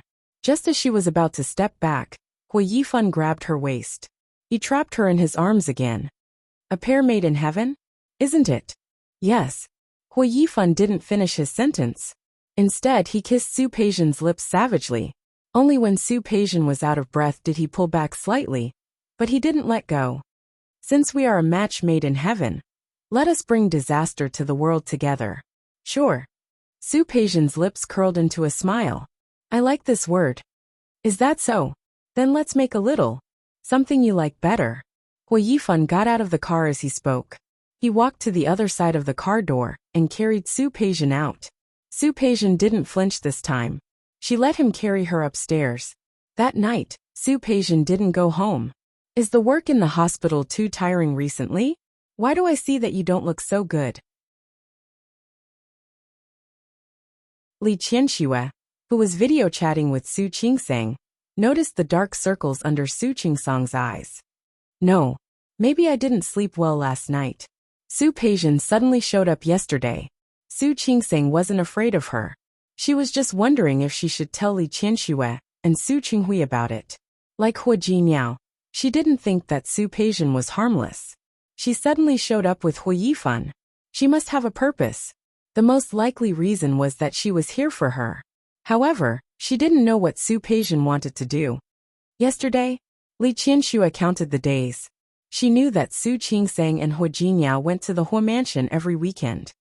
Did Hu Jinyao's mother make things difficult for you again? No. What are you talking about, Mom? Lu Tongjia had been very quiet yesterday. She was a little confused by Lu Tongjia's quiet behavior. Lu Tongjia was so quiet that it wasn't like her at all. Her mother isn't that kind of unreasonable person. At most, she would just ignore me. It's better if she doesn't talk to you. You don't talk to her either. Li Qianxue couldn't bear to see her daughter being bullied, especially when she thought of Lu Tongjia's face. She had just recognized her daughter, and she hadn't loved her enough yet. Why were Lu Tongjia's eyes and nose not her nose? Mom, why are you like a child? Li Qianxue was a little embarrassed. She lowered her head and didn't say anything. She had been a little grumpy recently. After all, it was that bastard Su Qinghui's fault. Even if they were divorced, so be it. Everything was fine. But now he was acting like he regretted it in front of her, and pretending that he still had feelings for her. He didn't find it annoying, but she found it annoying. The key was that she didn't know where he learned to be so thick-skinned. He always used Su Yusen's name to come to her. She hated that her daughter wasn't by her side, but she still had to worry about her son. Su Qinghui thought that he could enter the house, but he didn't know that because of his actions, Li Qianxue now hated him more and more. Li Qianxue naturally wouldn't say these things in front of Su Qingsang. I'm just anxious and worried for you. You see, you're alone over there, and I can't help you much. If anything happens, you still have to rely on yourself. I'm feeling wronged for you. Mom, I'm not wronged. Su Qingseng really didn't feel wronged. Lu Tongjia's expression was ugly. Speaking of it, it was not much different from how Li Qianxue treated her back then. And the relatives of the Li family, sometimes, she felt lucky that she had been through the lowest point of her life. Lu Tongjia's words didn't affect her at all. To be honest, she was more worried about Hu Jinniao. In fact, as long as Hu Jinniao is good to me, the two of us can live our own lives. Even if there was a lot of trouble in the Hu family, as long as Hu Jinniao was with her, she would feel that nothing mattered. Li Qianxue naturally knew this, but she said, Qingseng, it's really not that I'm trying to persuade you. You're not old, but you're not young either. I don't mean anything else, and I'm not urging you to have children. I just think that if you have children, maybe the Hu family will change their attitude for the sake of their grandson. What do you think? To be honest, Li Qianxue actually didn't want Su Qingseng to have children under such circumstances. What would happen then? Would Su Qingseng rely on having children to stabilize her position? Would she rely on having children to improve the relationship between mother-in-law and daughter-in-law? As soon as Li Qianxue thought of this, she felt wronged for Su Qingseng. However, she also knew that this was the simplest and most direct way. Give birth to the fourth generation of the Hu family, whether it was Hu Mingguang or Lu Tongjia. For the sake of the children, they would definitely not make things difficult for Su Qingseng. Su Qingseng was stunned for a moment. She thought of Hu Jinniao's attitude on this matter several times. Mom, I'm still young. There's no rush. Li Qianxue wanted to persuade her again. But in the end, she still felt sorry for her daughter and stopped talking about children. After ending the call, Su Qingseng put her phone aside and looked at the half-empty bed. She knew that what Li Qianxue said made sense. Although it wasn't the best solution, it was indeed the easiest step to solve the bad relationship between Hu Jinniao and Lu Tongjia. However, this matter had never been decided by her alone. In fact, since last time, she had vaguely felt that Hu Jinniao probably didn't want to have children. She could tell from the fact that even when he was in a trance, he didn't forget to take contraceptives. Hu Jinniao didn't want children. At first, she had always thought that he was so careful about contraceptives because she didn't want to have children. However, slowly, as time passed, especially when she explicitly hinted several times. However, when Hu Jinniao pretended that he didn't understand, she realized. She didn't understand why before, but after seeing what Lu Tongjia had done, she was afraid that the knot in Hu Jinniao's heart was still because of Lu Tongjia. If she could solve the knot between Lu Tongjia and Hu Jinniao, didn't that mean that this matter was half resolved? Su Qingseng thought of it and did it. Hu Jinniao had something to do today. She could use this time to ask Old Master Hu again. An hour later, Su Qingseng stood in the living room of the Hu family's old house. Uncle Chung was a little surprised to see her. Yesterday, Hu Jinniao didn't stay in the old house. He only said that he had an international meeting this morning and left with Su Qingseng. He didn't expect that Su Qingseng would come again today. Young mistress, you're back? Yes. Su Qingseng nodded. I'm looking for Grandpa. Where is he? Grandpa is playing with the parrot in the back. Thinking of this, Uncle Chung smiled. Grandpa likes that parrot very much. He plays with it when he has nothing to do. The parrot is quarreling in front of others, but it has a lot to say to Grandpa. Then I'll go to the backyard to find Grandpa. After saying that, Su Qingseng walked to the back. Uncle Chung wanted to say that there were guests in the backyard, but Su Qingseng walked so fast that he didn't have time to say it. Before Su Qingseng reached the yard, she heard Old Master Hu's voice. She thought that he was chatting with the parrot, so she didn't think much and walked straight up. Grandpa Yuan. When he saw the person standing next to Old Master Hu, he swallowed his words and nodded at that person. Uncle. Zhang Yichen looked at Su Qingseng. The temperature in Rong City had risen a lot. It was the end of spring. Even though it wasn't warm, the temperature had begun to rise. Su Qingseng was wearing a red long-sleeved dress today. Su Qingsang's facial features were actually pretty and elegant. However, the red dress suited her very well. It made her look more lively than usual. Especially when she tied her long hair into a ponytail, she looked much more youthful. Zhang Yichen's eyes darkened. Instead of greeting Su Qingsang, he nodded coldly.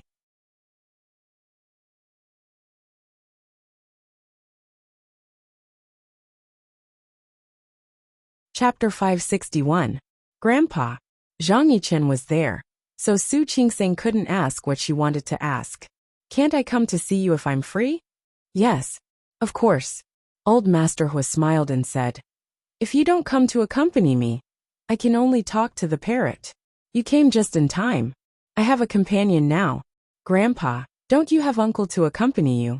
Su Qingsang wasn't surprised to see Zhang Yichen in the Hua mansion. Speaking of which, he really cared about the old master. Whenever he came to Rong City, he would come to accompany the old master. Zhang Yichen had helped him last time. She had told Hua Jinyao that she would treat Zhang Yichen to dinner, but they hadn't been able to see him since he returned to the army. Yes, Yichen is a good boy. Old Master Hua liked Zhang Yichen very much. He also had the heart to visit her whenever he came to Lin City. Su Qingsang didn't know how to respond. He was older than her, so she just smiled at him. Uncle Cheng suddenly appeared at the door and called out, Old Master, it's Second Master Hua. The second master that Uncle Cheng was talking about was naturally Hua Yangyuan. Hearing that, Old Master Hua glanced at Su Qingsang and said, You talked to your uncle for a while. I need to take a call. He left in such a hurry that he forgot that Zhang Yichen was about the same age as Hua Jinyao. Su Qingsang was stunned. She didn't understand Old Master Hua's sudden proposal. He glanced at Zhang Yichen. The parrot, which was not noisy a moment ago, was now silent. Zhang Yichen stood there and looked at her. Su Qingsang felt a little embarrassed when she met his eyes. Thank you for last time. She was referring to the incident at the hospital. If Zhang Yichen hadn't shown up in time, she and Hua Jinyao wouldn't have been able to solve the problem. She would have suffered some losses as well. You're welcome. Zhang Yichen turned his face away on purpose. It's nothing. It's a small matter to you, but it's not a small matter to me. Su Qingsang smiled. The gratitude in her eyes was very sincere. Last time, I told Jinyao that I would pick a time to treat you to dinner. You're welcome. It really isn't a big deal. Of course. Su Qingsang wasn't an ungrateful person. How long are you going to stay in Rong City? Otherwise, Jinyao and I will be the host. Zhang Yichen finally turned around to look at her. Her eyes were clear and filled with pure gratitude. Also, the way she looked at him was as if she was looking at an elder. He knew this very well, but he could not hide the bitterness in the depths of his heart. I don't like to eat out. What Zhang Yichen said made Su Qingsang look at him with confusion. Last time at your house, Zhang Yichen added. Your aunt was a good cook. Then let's do it at home. Ms. Yu's cooking was really good, so Su Qingsang didn't think too much about it. She was thinking of a time that would be convenient for everyone.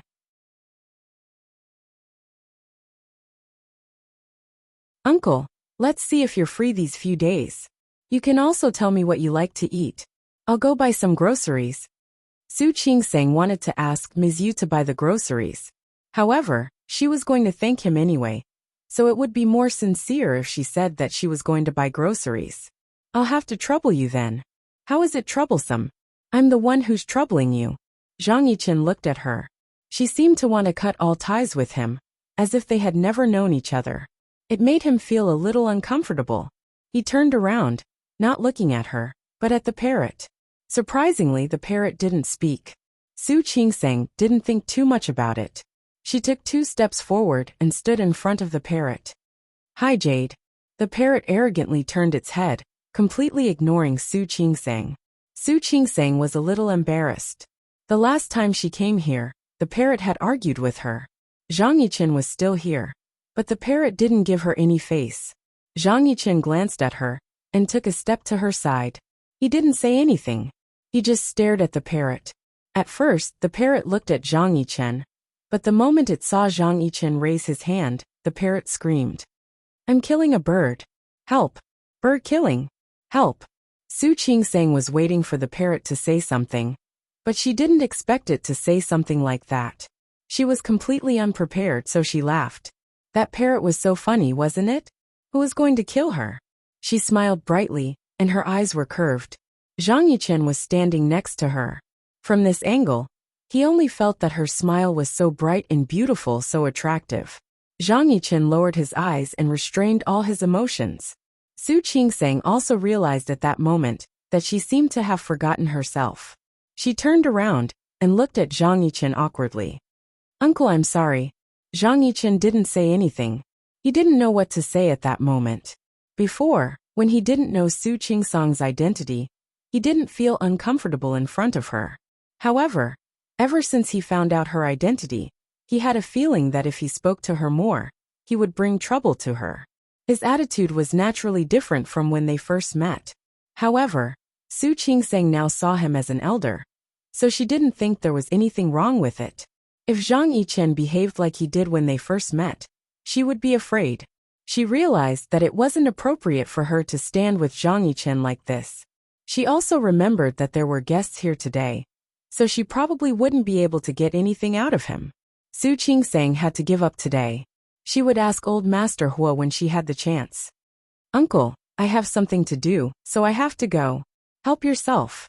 After saying goodbye to Zhang Yichen, Su Qingsang was about to leave. Zhang Yichen didn't stop her. But after Su Qingsang took 2 steps, he suddenly said, "I will still be in Rong City tomorrow and the day after."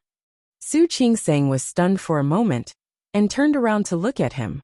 For a moment, she didn't understand what Zhang Yichen meant. When she met Zhang Yichen's eyes, she seemed to suddenly understand. Then tomorrow. Tomorrow is Sunday, so Jinyao's company shouldn't be that busy. "Okay." Zhang Yichen nodded. "I will come over tomorrow night. Then it's a deal." After saying that, Su Qingsang nodded slightly and was about to leave. At that moment, the parrot behind her spoke again. "Come over tomorrow. Come over tomorrow. Come over tomorrow." It was so loud that Su Qingsang almost got scared. She turned around and stared at the parrot. "Come over tomorrow. I will come over tomorrow." The parrot was still calling. Su Qingsang felt embarrassed. She couldn't help but take a step forward. "Stop calling. Shut up." However, the parrot wasn't afraid of her at all. It called a few more times. Zhang Yichen took a step forward again and glared at the parrot. His glare was much more intimidating. The parrot immediately stopped talking. It even took a few steps back, as if it was afraid of Zhang Yichen. Su Qingsang couldn't help but laugh when she saw the look in Zhang Yichen's eyes. "Thank you, uncle." She bowed and was about to leave. The moment she turned around, her ponytail got stuck in the button of Zhang Yichen's shirt. "Pfft." Su Qingsang's scalp tightened. She gasped. The pain stopped her in her tracks. Just now, she felt that the situation was a little awkward, so she turned around a little too quickly. She didn't expect something like this to happen. She took a step forward. Her scalp tightened again. "Don't move." The man's deep voice rang out. She didn't move. "Your hair got stuck in my button." Zhang Yichen took a step forward and explained in a low voice. Su Qingsang was about to say something. However, Zhang Yichen stopped her before she could. "Don't move. I'll untie it for you." Her hair was stuck in his button. If she turned around, the two of them would be too intimate. Su Qingsang realized it and didn't insist. It was a little awkward to stand there. "Thank you, uncle." Su Qingsang thanked him in a low voice. Feeling that Zhang Yichen was standing closer, he raised his hand and gently pushed her hair away. Su Qingsang didn't dare to move at all. The situation was a little awkward. She was a little embarrassed. She felt that every time she met Zhang Yichen, she would easily get into trouble. She waited for about 30 seconds. There was no sound behind her. She couldn't help but ask, "Are you done?" In Zhang Yichen's hand was the strand of hair that Su Qingsang had gotten stuck in his button. The faint fragrance smelled a little familiar. He remembered the smell. He had smelled it after Su Qingsang took a bath. "Uncle, are you done?" Su Qingsang waited for a long time. She couldn't help but ask again. "Yes." Zhang Yichen let go of her hair and took a step back. His well-trained body straightened up. "Thank you, uncle." Su Qingseng took a step back and looked down at Zhang Yichen. I'm leaving. See you tomorrow, uncle. See you tomorrow. Zhang Yichen looked into her eyes. I'll be there on time. Then I'm leaving. Su Qingseng was really embarrassed. She had been so impolite in front of an elder several times. It was really embarrassing. She left, and the faint fragrance in the air once again disappeared without a trace. Zhang Yichen closed his eyes and turned his head sideways. He tried hard to smell the remaining fragrance in the air, but he quickly came to his senses. He raised his head and looked in a certain direction. It was the place where he felt someone was watching him last time. He narrowed his eyes and walked quickly to the place where he felt someone was standing. He looked around but didn't see anyone. He looked in the direction of the main house again. He knew that the elders of the Hua family were not at home today, except for old Master Hua. Not everyone was free on the weekends. On the contrary, because of their identities, Hua Mingguang and Lu Tongjia were not at home on weekends. So who was standing here just now? Yichen. Old Master Hua had answered the phone and came out again. It was a nice day. He usually liked to play with the parrot here. Uncle. Zhang Yichen walked up. Old Master Hua glanced at him and said, Why are you over there? It's not time yet. There's nothing good to see in the garden right now. You'll have to come back later to see something good. No. I'm just looking around.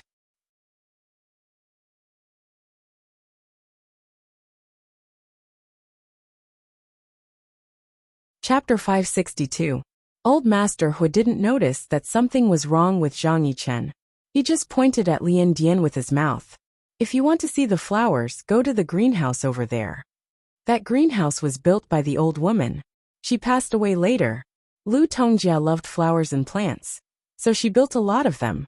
There were more varieties in the greenhouse than when the old woman was there, and they were more delicate. Many of them were expensive. Speaking of which, Lu Tongjia didn't have any faults other than being too stubborn when it came to Hu Jiniao. Well, since you're here, let's have dinner together. I was going to ask Qingseng to stay, but she said she had something to do and left. Old Master Hua couldn't help but look at Zhang Yichen. Yichen, you won't dislike an old man like me, right? Of course not. Zhang Yichen looked down with a gentle expression. He remembered that Su Qingseng seemed to have something to say to old Master Hua when she came in. She wasn't in trouble again, was she? For some reason, he felt a little sorry for her. She seemed to be having a hard time after marrying Hu Jiniao. Zhang Yichen tried hard to suppress his concern for Su Qingseng, but he couldn't help it at the last moment. It wasn't a good thing, not for her, not for him. Zhang Yichen pressed his lips into a straight line.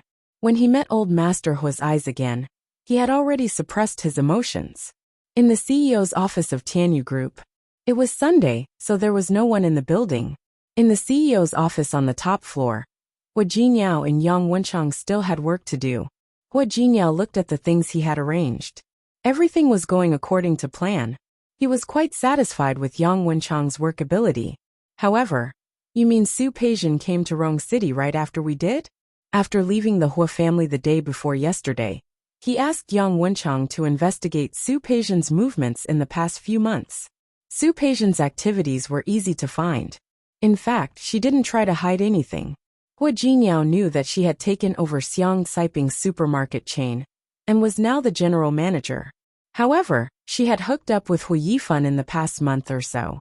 The night they left the Hua mansion, Su Peijian followed Hu Yifan to his house. Yes, it was easy to find out when Su Peijian came to Rong City. Not long after Su Peijian and Xiang Kaiping met, she came to Rong City. After that, she kept in contact with all the major suppliers. One of the suppliers, whose surname was He, had worked with Tianyu Group before. Therefore, through him, Su Peijian met an employee of the Tianyu Group. Then, through that employee, she finally managed to get in touch with Hu Yifan. Her methods are not bad. Hua Jiniao sneered, but his voice was not full of praise. Who would believe that Su Peijian didn't have an ulterior motive? President Hua next. Keep an eye on her, and see who else she interacts with other than Hu Yifan. Yes. Yang Wenchang nodded and thought of another person. What about Vice President Hu Yifan? Don't worry about him. Hua Jiniao sneered. He's in cahoots with Su Peijian. If you keep an eye on Su Peijian, you'll be keeping an eye on Hu Yifan. After giving his orders, Hu Jingyao decided to go home. It was a good weekend. If it weren't for the fact that he didn't want to talk about the company at home and cause Su Qingsang to misunderstand, he would rather stay at home. After leaving the company, Hu Jingyao drove home. When he passed by a flower shop, he suddenly remembered something. Because Su Qingsang and Li Qianxue had recognized each other, they had spent the new year in Lin City. And the new year was very close to Valentine's Day. He hadn't sent Su Qingsang flowers yet. He stopped the car and bought Su Qingsang a large bouquet of roses. When Hu Jingyao entered the house with the roses, he didn't expect to see someone in the living room who shouldn't have been there. Uncle? Why was he here? Hu Jingyao's eyes flashed with surprise. Su Qingsang, who was in the kitchen, heard the sound and walked out. The first thing she saw was the large bouquet of roses in Hu Jingyao's hands. You're back. Su Qingsang didn't get an answer yesterday, but she wasn't very disappointed. These were all things that she had expected. However, she still felt a little regretful. She wanted to resolve the conflict between Hu Jingyao and Lu Tongjia as soon as possible. If it could be resolved, it would be a good thing for them to get back together. But it didn't seem that easy at all. Su Qingsang had something on her mind, so she forgot about Zhang Yichen's visit yesterday. It wasn't until this morning that Zhang Yichen arrived not long after Ms. Yu bought the groceries. She remembered that Zhang Yichen said he would come over for dinner yesterday. This was embarrassing. Not only did she forget to tell Hu Jingyao that Zhang Yichen was coming, but she also forgot that he was coming. Su Qingsang was very embarrassed. To cover up her embarrassment, she asked Ms. Yu to buy more groceries, while she went into the kitchen first. She put the rice in the pot and started to process the ingredients that Ms. Yu had bought. She had just started when Hu Jingyao came back. Yes. Here, this is for you. Hu Jingyao didn't care that his uncle was still standing next to him. He directly put the large bouquet of roses in front of Su Qingsang. Su Qingsang was a little surprised. What day is it? Why did you suddenly think of giving me flowers? Can't I give my wife flowers on any day? Hu Jingyao held Su Qingsang's hand. My wife is so good. It's only right that I send you flowers every day. He was so talkative. Seeing him like this, Su Qingsang joked. Maybe a flower shop is about to close, and you just happened to pass by. You don't believe me? Hu Jingyao narrowed his eyes and held her in his arms. Do you want me to buy a flower shop to give it to you? And let them send a bouquet of flowers every day from the beginning of the year to the end of the year? What do you think? Do you want to buy a clothing store so that I can wear new clothes every day? Next, there was a shop that sold bags and jewelry. Don't you think you should buy a street first? That's a good idea. Hu Jingyao agreed seriously. Why don't I accompany you to look around Rong City tomorrow? Let me know if you like any street. I'll buy it for you. What do you think? Crazy. That's right. I'm crazy for you. Hu Jingyao liked to tease her. He felt a sense of accomplishment when he saw her blushing and speechless. Su Qingsang glanced at him. When she was about to speak, she suddenly saw Zhang Yichen standing beside them. Seeing that Zhang Yichen had been staring at them, she suddenly felt embarrassed. Jingyao. Su Qingsang took half a step back and signaled to Hu Jingyao with her eyes. Stop it. It's okay. Uncle is one of us. Hu Jingyao really regarded Zhang Yichen as one of his own. He had participated in training with the army for a period of time. No matter how embarrassed he was, Zhang Yichen had seen him, so this idea was nothing to him. Su Qingsang didn't think that way. She asked Hu Jingyao to let go of her. I still have dishes to prepare in the kitchen. You guys talk first. She took half a step back from his arms and glanced at Zhang Yichen. Seeing that he was still staring at them, she explained to Hu Jingyao. We met Uncle yesterday. We haven't thanked him for what happened last time, so we invited him to dinner. Of course. After saying that, Hu Jingyao felt that something was wrong. Where did you meet Uncle? Rong City was so big. How could she meet him so easily? Last time she met him, and this time? Su Qingsang was stunned.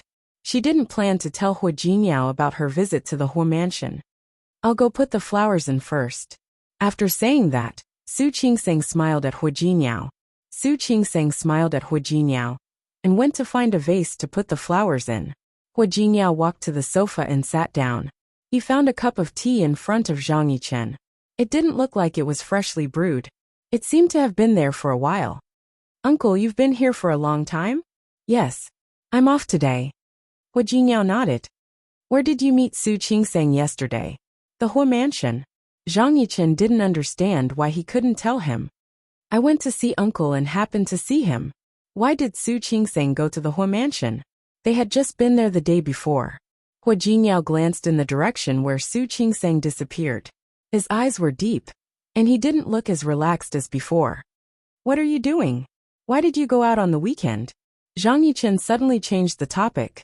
He didn't know if it was intentional or not. Huijiniao didn't think about why Su Qingsang went to the Hu mansion. He started chatting with Zhang Yichen. Su Peijian was in a good mood when she left Hu Yifan's house in the morning. Everything was going according to her plan, and everything was going according to plan. She had successfully won Hu Yifan's heart. She had also won old Master Hu's favor. She wasn't stupid. She could tell that old Master Hu knew who she was. His attitude the day before wasn't because he really liked her, but because he wanted to give face to Hu Yifan. But that was enough for her. Even if old Master Hu only liked her 30%, she could make it 70%. As for Su Qingsang, even if old Master Hu liked her 100%, she would make it 30% or even nothing. Su Peijian didn't have a specific plan, but it didn't affect her good mood. As long as she entered the Hu mansion, she wouldn't have to worry about opportunities. There would be plenty of opportunities later. She didn't have to worry at all.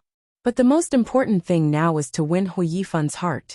On the surface, she told Hu Yifan not to pursue the matter of her lying to him and using him.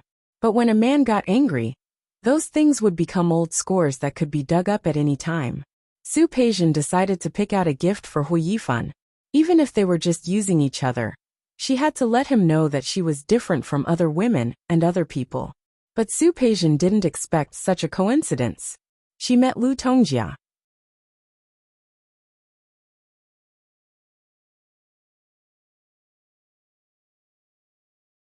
Chapter 563. It was noon in Rong City. The weather wasn't cold. She was shopping with two other women who looked like rich ladies. Auntie. The moment Su Peijian saw Lu Tongjia, she quickly went up to her and greeted her. Hello. You're here shopping too? She said it intimately, as if they were very familiar with each other. Lu Tongjia looked at Su Peijian with an indifferent expression. She just responded, and didn't want to talk to Su Peijian anymore.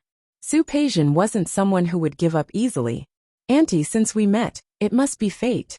I often heard from Yifan that you and Uncle took good care of him, and he was very grateful to you. Su Peijian. Lu Tongjia suddenly interrupted her. You don't have to use the way you coaxed the old man on me. Su Peijian didn't expect that she would be rejected before she even made a move. However, she wasn't discouraged at all. Auntie, you really misunderstood me. I'm telling the truth. As she spoke, Su Peijian glanced at the two women next to Lu Tongjia. Auntie, if you don't believe me, you can ask other people to see if I'm telling the truth. Who doesn't know that you're kind and generous? The two women next to her happened to be Mrs. Su Ruoli's mother, and Li Xiangyuan. They couldn't refute Su Peijian's words at that time. Lu Tongjia was no longer in the mood to shop after being interrupted by Su Peijian. She turned around and glanced at Mrs. Su and Li Xiangyuan. The two of them said that they had something to do, so they took their leave. Lu Tongjia didn't pay attention to Su Peijian after they parted ways. She took out her phone and called the driver to pick her up. Su Peijian blocked Lu Tongjia's way. Auntie, since we met, why don't we talk for a while? I have nothing to talk to you about. But I think we should have a lot to talk about. They were in front of a department store, which wasn't a good place to talk. Lu Tongjia looked at Su Peijian deeply and entered a coffee shop next to her. Su Peijian smiled and followed her. They sat down in the corner of the coffee shop. Su Peijian smiled warmly. Auntie, what would you like to drink? I'm not here for a drink. If you have anything to say, just say it. Auntie, I really just want to talk to you. After all, I feel that someone like Auntie definitely doesn't like to be deceived, right? What are you trying to say? I want to say, Su Qingsang, I think you might not know her identity. I know. She is Li Qinshua's daughter. And you? Lu Tongjia looked Su Peijian up and down and said sarcastically, You're the illegitimate daughter who popped out of nowhere. Su Peijian was a little embarrassed that her identity had been exposed. Auntie, why do you say that about me? Even if Su Qingsang isn't an illegitimate daughter, don't you still dislike her? So? Lu Tongjia leaned forward a little. You want to join forces with me to deal with Su Qingsang? Auntie, what are you talking about? If you don't like her, why do you have to be like this? Su Peijian didn't believe that Lu Tongjia would be indifferent to her proposal. Auntie, I heard that you wanted to marry another daughter-in-law. Didn't I help you? Help me. Lu Tongjia sneered. Help me, or help yourself. Why don't you see this as helping each other? Helping each other? Lu Tongjia smiled. What? Do you think that you can make me cooperate with you just because you don't like Su Qingsang? Seeing Su Peijian's expression change, she stopped smiling. Su Peijian, I'm not afraid to tell you that I really don't like Su Qingsang, but I dislike you even more. Auntie, since you are no longer the daughter of the Su family, you have to accept your fate. I can understand that you don't want to accept your fate and want to get back what you used to be. I can understand that, but I don't want to be the one who pushes you forward. But I don't like Su Qingsang, do I? Lu Tongjia looked at her with more and more sarcasm. You think too much. I don't like her. But she and Hua Jinyao are already married. What? Do you think that I would let Su Qingsang leave the Hua family for your selfish reasons? Auntie, that's enough. Lu Tongjia didn't have the patience to stay any longer. She stood up. You're too young to use me. Auntie, I really didn't mean that. It doesn't matter if you did or didn't. I don't like to be used anyway. I'm not interested in cooperating with you. After all, a woman like you, who writes her ambition on her face, is more annoying to me than Su Qingsang. After saying that, Lu Tongjia left right away. Su Peijian was left sitting there with a terrible look on her face. She didn't expect Lu Tongjia to be like this. Her chest was heaving up and down. Seeing Lu Tongjia's figure disappear, she slowly let out a breath. Good. Was she more annoying than Su Qingsang? She wanted to see who would have the last laugh between Su Qingsang and her. After dinner, it was still early. Su Qingsang went to the kitchen to cut some fruits and put them on the coffee table. Zhang Yichen glanced at her and thanked her in a low voice. You're welcome. Su Qingsang looked at Hua Jinyao and then at Zhang Yichen. She signaled Hua Jinyao to greet Zhang Yichen with her eyes, and then went back to her room. She still had an unfinished paper in her hands. She wanted to use this time to finish it. Su Qingsang held the notebook with the paper she had printed beside her hand. She was writing on the bed, but she didn't know how she fell asleep. In the end, she was woken up by Hua Jinyao's kiss. She blinked her eyes and looked at Hua Jinyao's face. What time is it? It's past 4. Uncle left. He's still outside. Hua Jinyao kissed her cheek. Why did you fall asleep? Are you sleepy? Su Qingsang shook her head. Is Uncle okay? Why didn't he leave? You don't like him coming. Not really.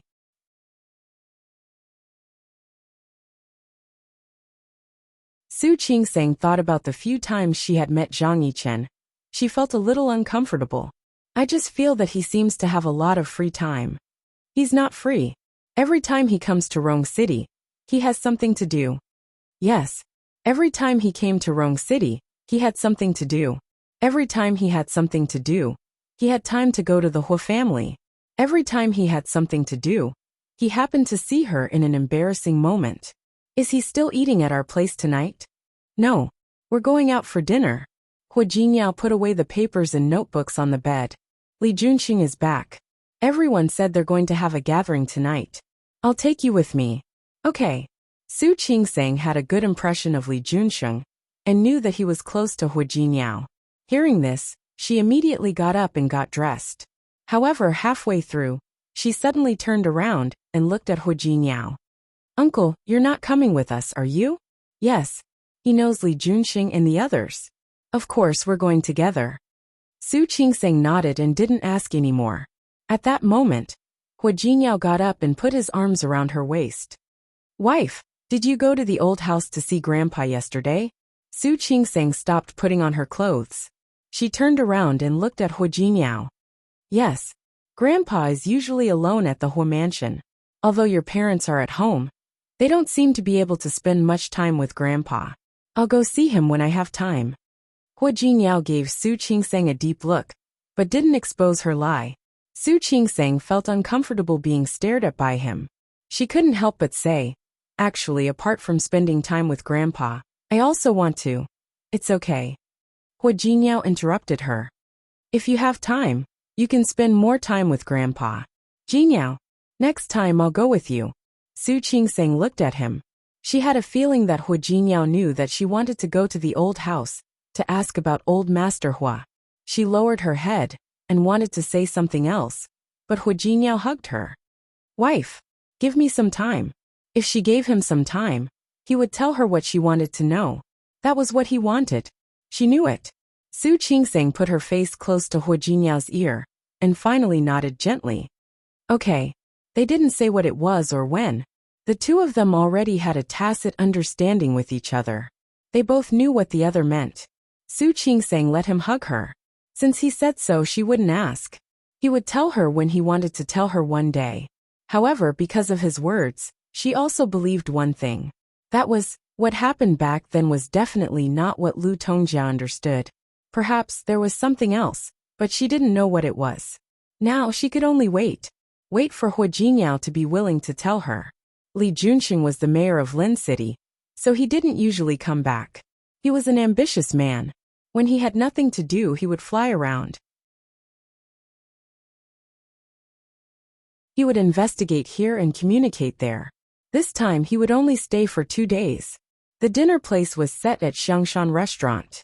Su Qingseng had been here a few times, so she was very familiar with the place. Not long after she sat down, Wan Xianying came first. He sat in the empty seat next to Su Qingseng. On the other side of Su Qingseng was Hua Jinyao, and on the other side was Zhang Yichen. Seeing Wan Xianying's behavior, Zhang Yichen turned to look at Hua Jinyao. He was talking to Li Junxing about Lin City, so he didn't notice Wan Xianying's behavior. Zhang Yichen narrowed his eyes and glanced at Wan Xianying again. Sister-in-law, what is Mingwan busy with these days? Why doesn't she come to Rong City to hang out with you? She has her own things to do. How can she hang out with me every day? Su Qingseng knew what Wan Xianying was thinking. She couldn't help but remind him. Don't you have her WeChat? You can contact her yourself. I know, but she doesn't talk to me. Wan Xianying felt a little wronged. Sister-in-law, look at me. I'm not bad, right? Why does your bestie have such high standards? Don't wrongly accuse her. It's not that she has high standards. She just doesn't like you. So she doesn't like me? Isn't that high standards? Wan Xianying was a little unconvinced. Seeing him like this, Su Qingseng wanted to laugh. Don't be like this. It's not your problem. It's that you're really not her type. She had been in contact with Shi Mingwan recently, and she had also heard from her that Wan Xianying would contact her from time to time. He would also greet her every morning, noon, and night. In fact, Wan Xianying didn't feel it himself, but Shi Mingwan already felt troubled. It was just because he was Hua Jinyao's childhood friend that she didn't want to offend him too much, so she could only not reply to his messages. She didn't directly blacklist him. She couldn't tell Wan Xianying that. Su Qingseng knew. Zhan Haoze and Wan Xianying were not the same in terms of personality and appearance. More importantly, Shi Mingwan had been stubborn because of Zhan Haoze. She had been thinking about him for more than 10 years. Over the years, there had been people who pursued her, but she really wasn't tempted at all. It wasn't something worth announcing. Wan Xianying said it in a very low voice. Su Qingseng said it in an even lower voice. No one else could hear them. They could only see that they were talking happily. Zhang Yichen suddenly stood up. When he met Hua Jinyao's somewhat confused gaze, he twitched the corner of his mouth. I'm going to make a call. He walked out. Hua Jinyao only asked one question, and didn't ask anything else after that. Su Qingseng tried to persuade Wan Xianying a few more times, but found that it would have been better if she hadn't done so. He even told Li Junxing that he wanted to go to Lin City with him for a few days this time. Su Qingsang had a headache. Looking at Wan Xianying's serious face, she wondered if she should call Shi Mingwan to remind her. Whatever she wanted came. Shi Mingwan's phone rang. Su Qingsang glanced at it, then at Wan Xianying, and got up to answer the call outside. Qingsang, I want to tell you a piece of good news. As soon as she picked up the phone outside the corridor, Su Qingsang heard Shi Mingwan's excited voice. She smiled. What good news? Last time, I took my design to the Imagination Fashion Design Competition in France. I've already passed the preliminary round. Really? You're amazing. Su Qingsang had heard about the competition before. At that time, Shi Mingwan didn't think she could pass it. Su Qingsang had been encouraging her and telling her to give it a try. So you're going to France? Yeah. After the preliminary round, I'm going to France to participate in the next competition. Ah, I'm so happy. Su Qingsang was happy for her good friend. She asked Shi Mingwan when she would be going. She was happy to know that it would be in the next week. Wan Xianying was just thinking about going to Lin City to find Shi Mingwan. Shi Mingwan was going to fly to France soon. The competition period was a bit long. They wouldn't be able to meet each other then. Thinking of this, Su Qingsang felt a little bad. Yes. Should she remind Wan Xianying? Forget it. If he went to France again, it would be really troublesome. After chatting for a while, Su Qingsang hung up. She looked up and found that Zhang Yichen was standing in front of her. The smile on her face quickly disappeared. Uncle, call. Su Qingsang was stunned by the sudden question. She nodded subconsciously. Zhang Yichen glanced at her. He was about to leave, but his footsteps fell on the phone in her hand. Who was she talking to? Why was she so happy? You're tuning in to the Li Mei's Wuxia Whispers YouTube channel. We're so grateful for your support, and don't forget to subscribe to join us on this incredible journey through captivating stories. Your generosity through donations truly makes a world of difference, as it's the primary source of revenue that allows me to expand and enhance this channel for you. Thank you from the bottom of my heart for being a part of this adventure.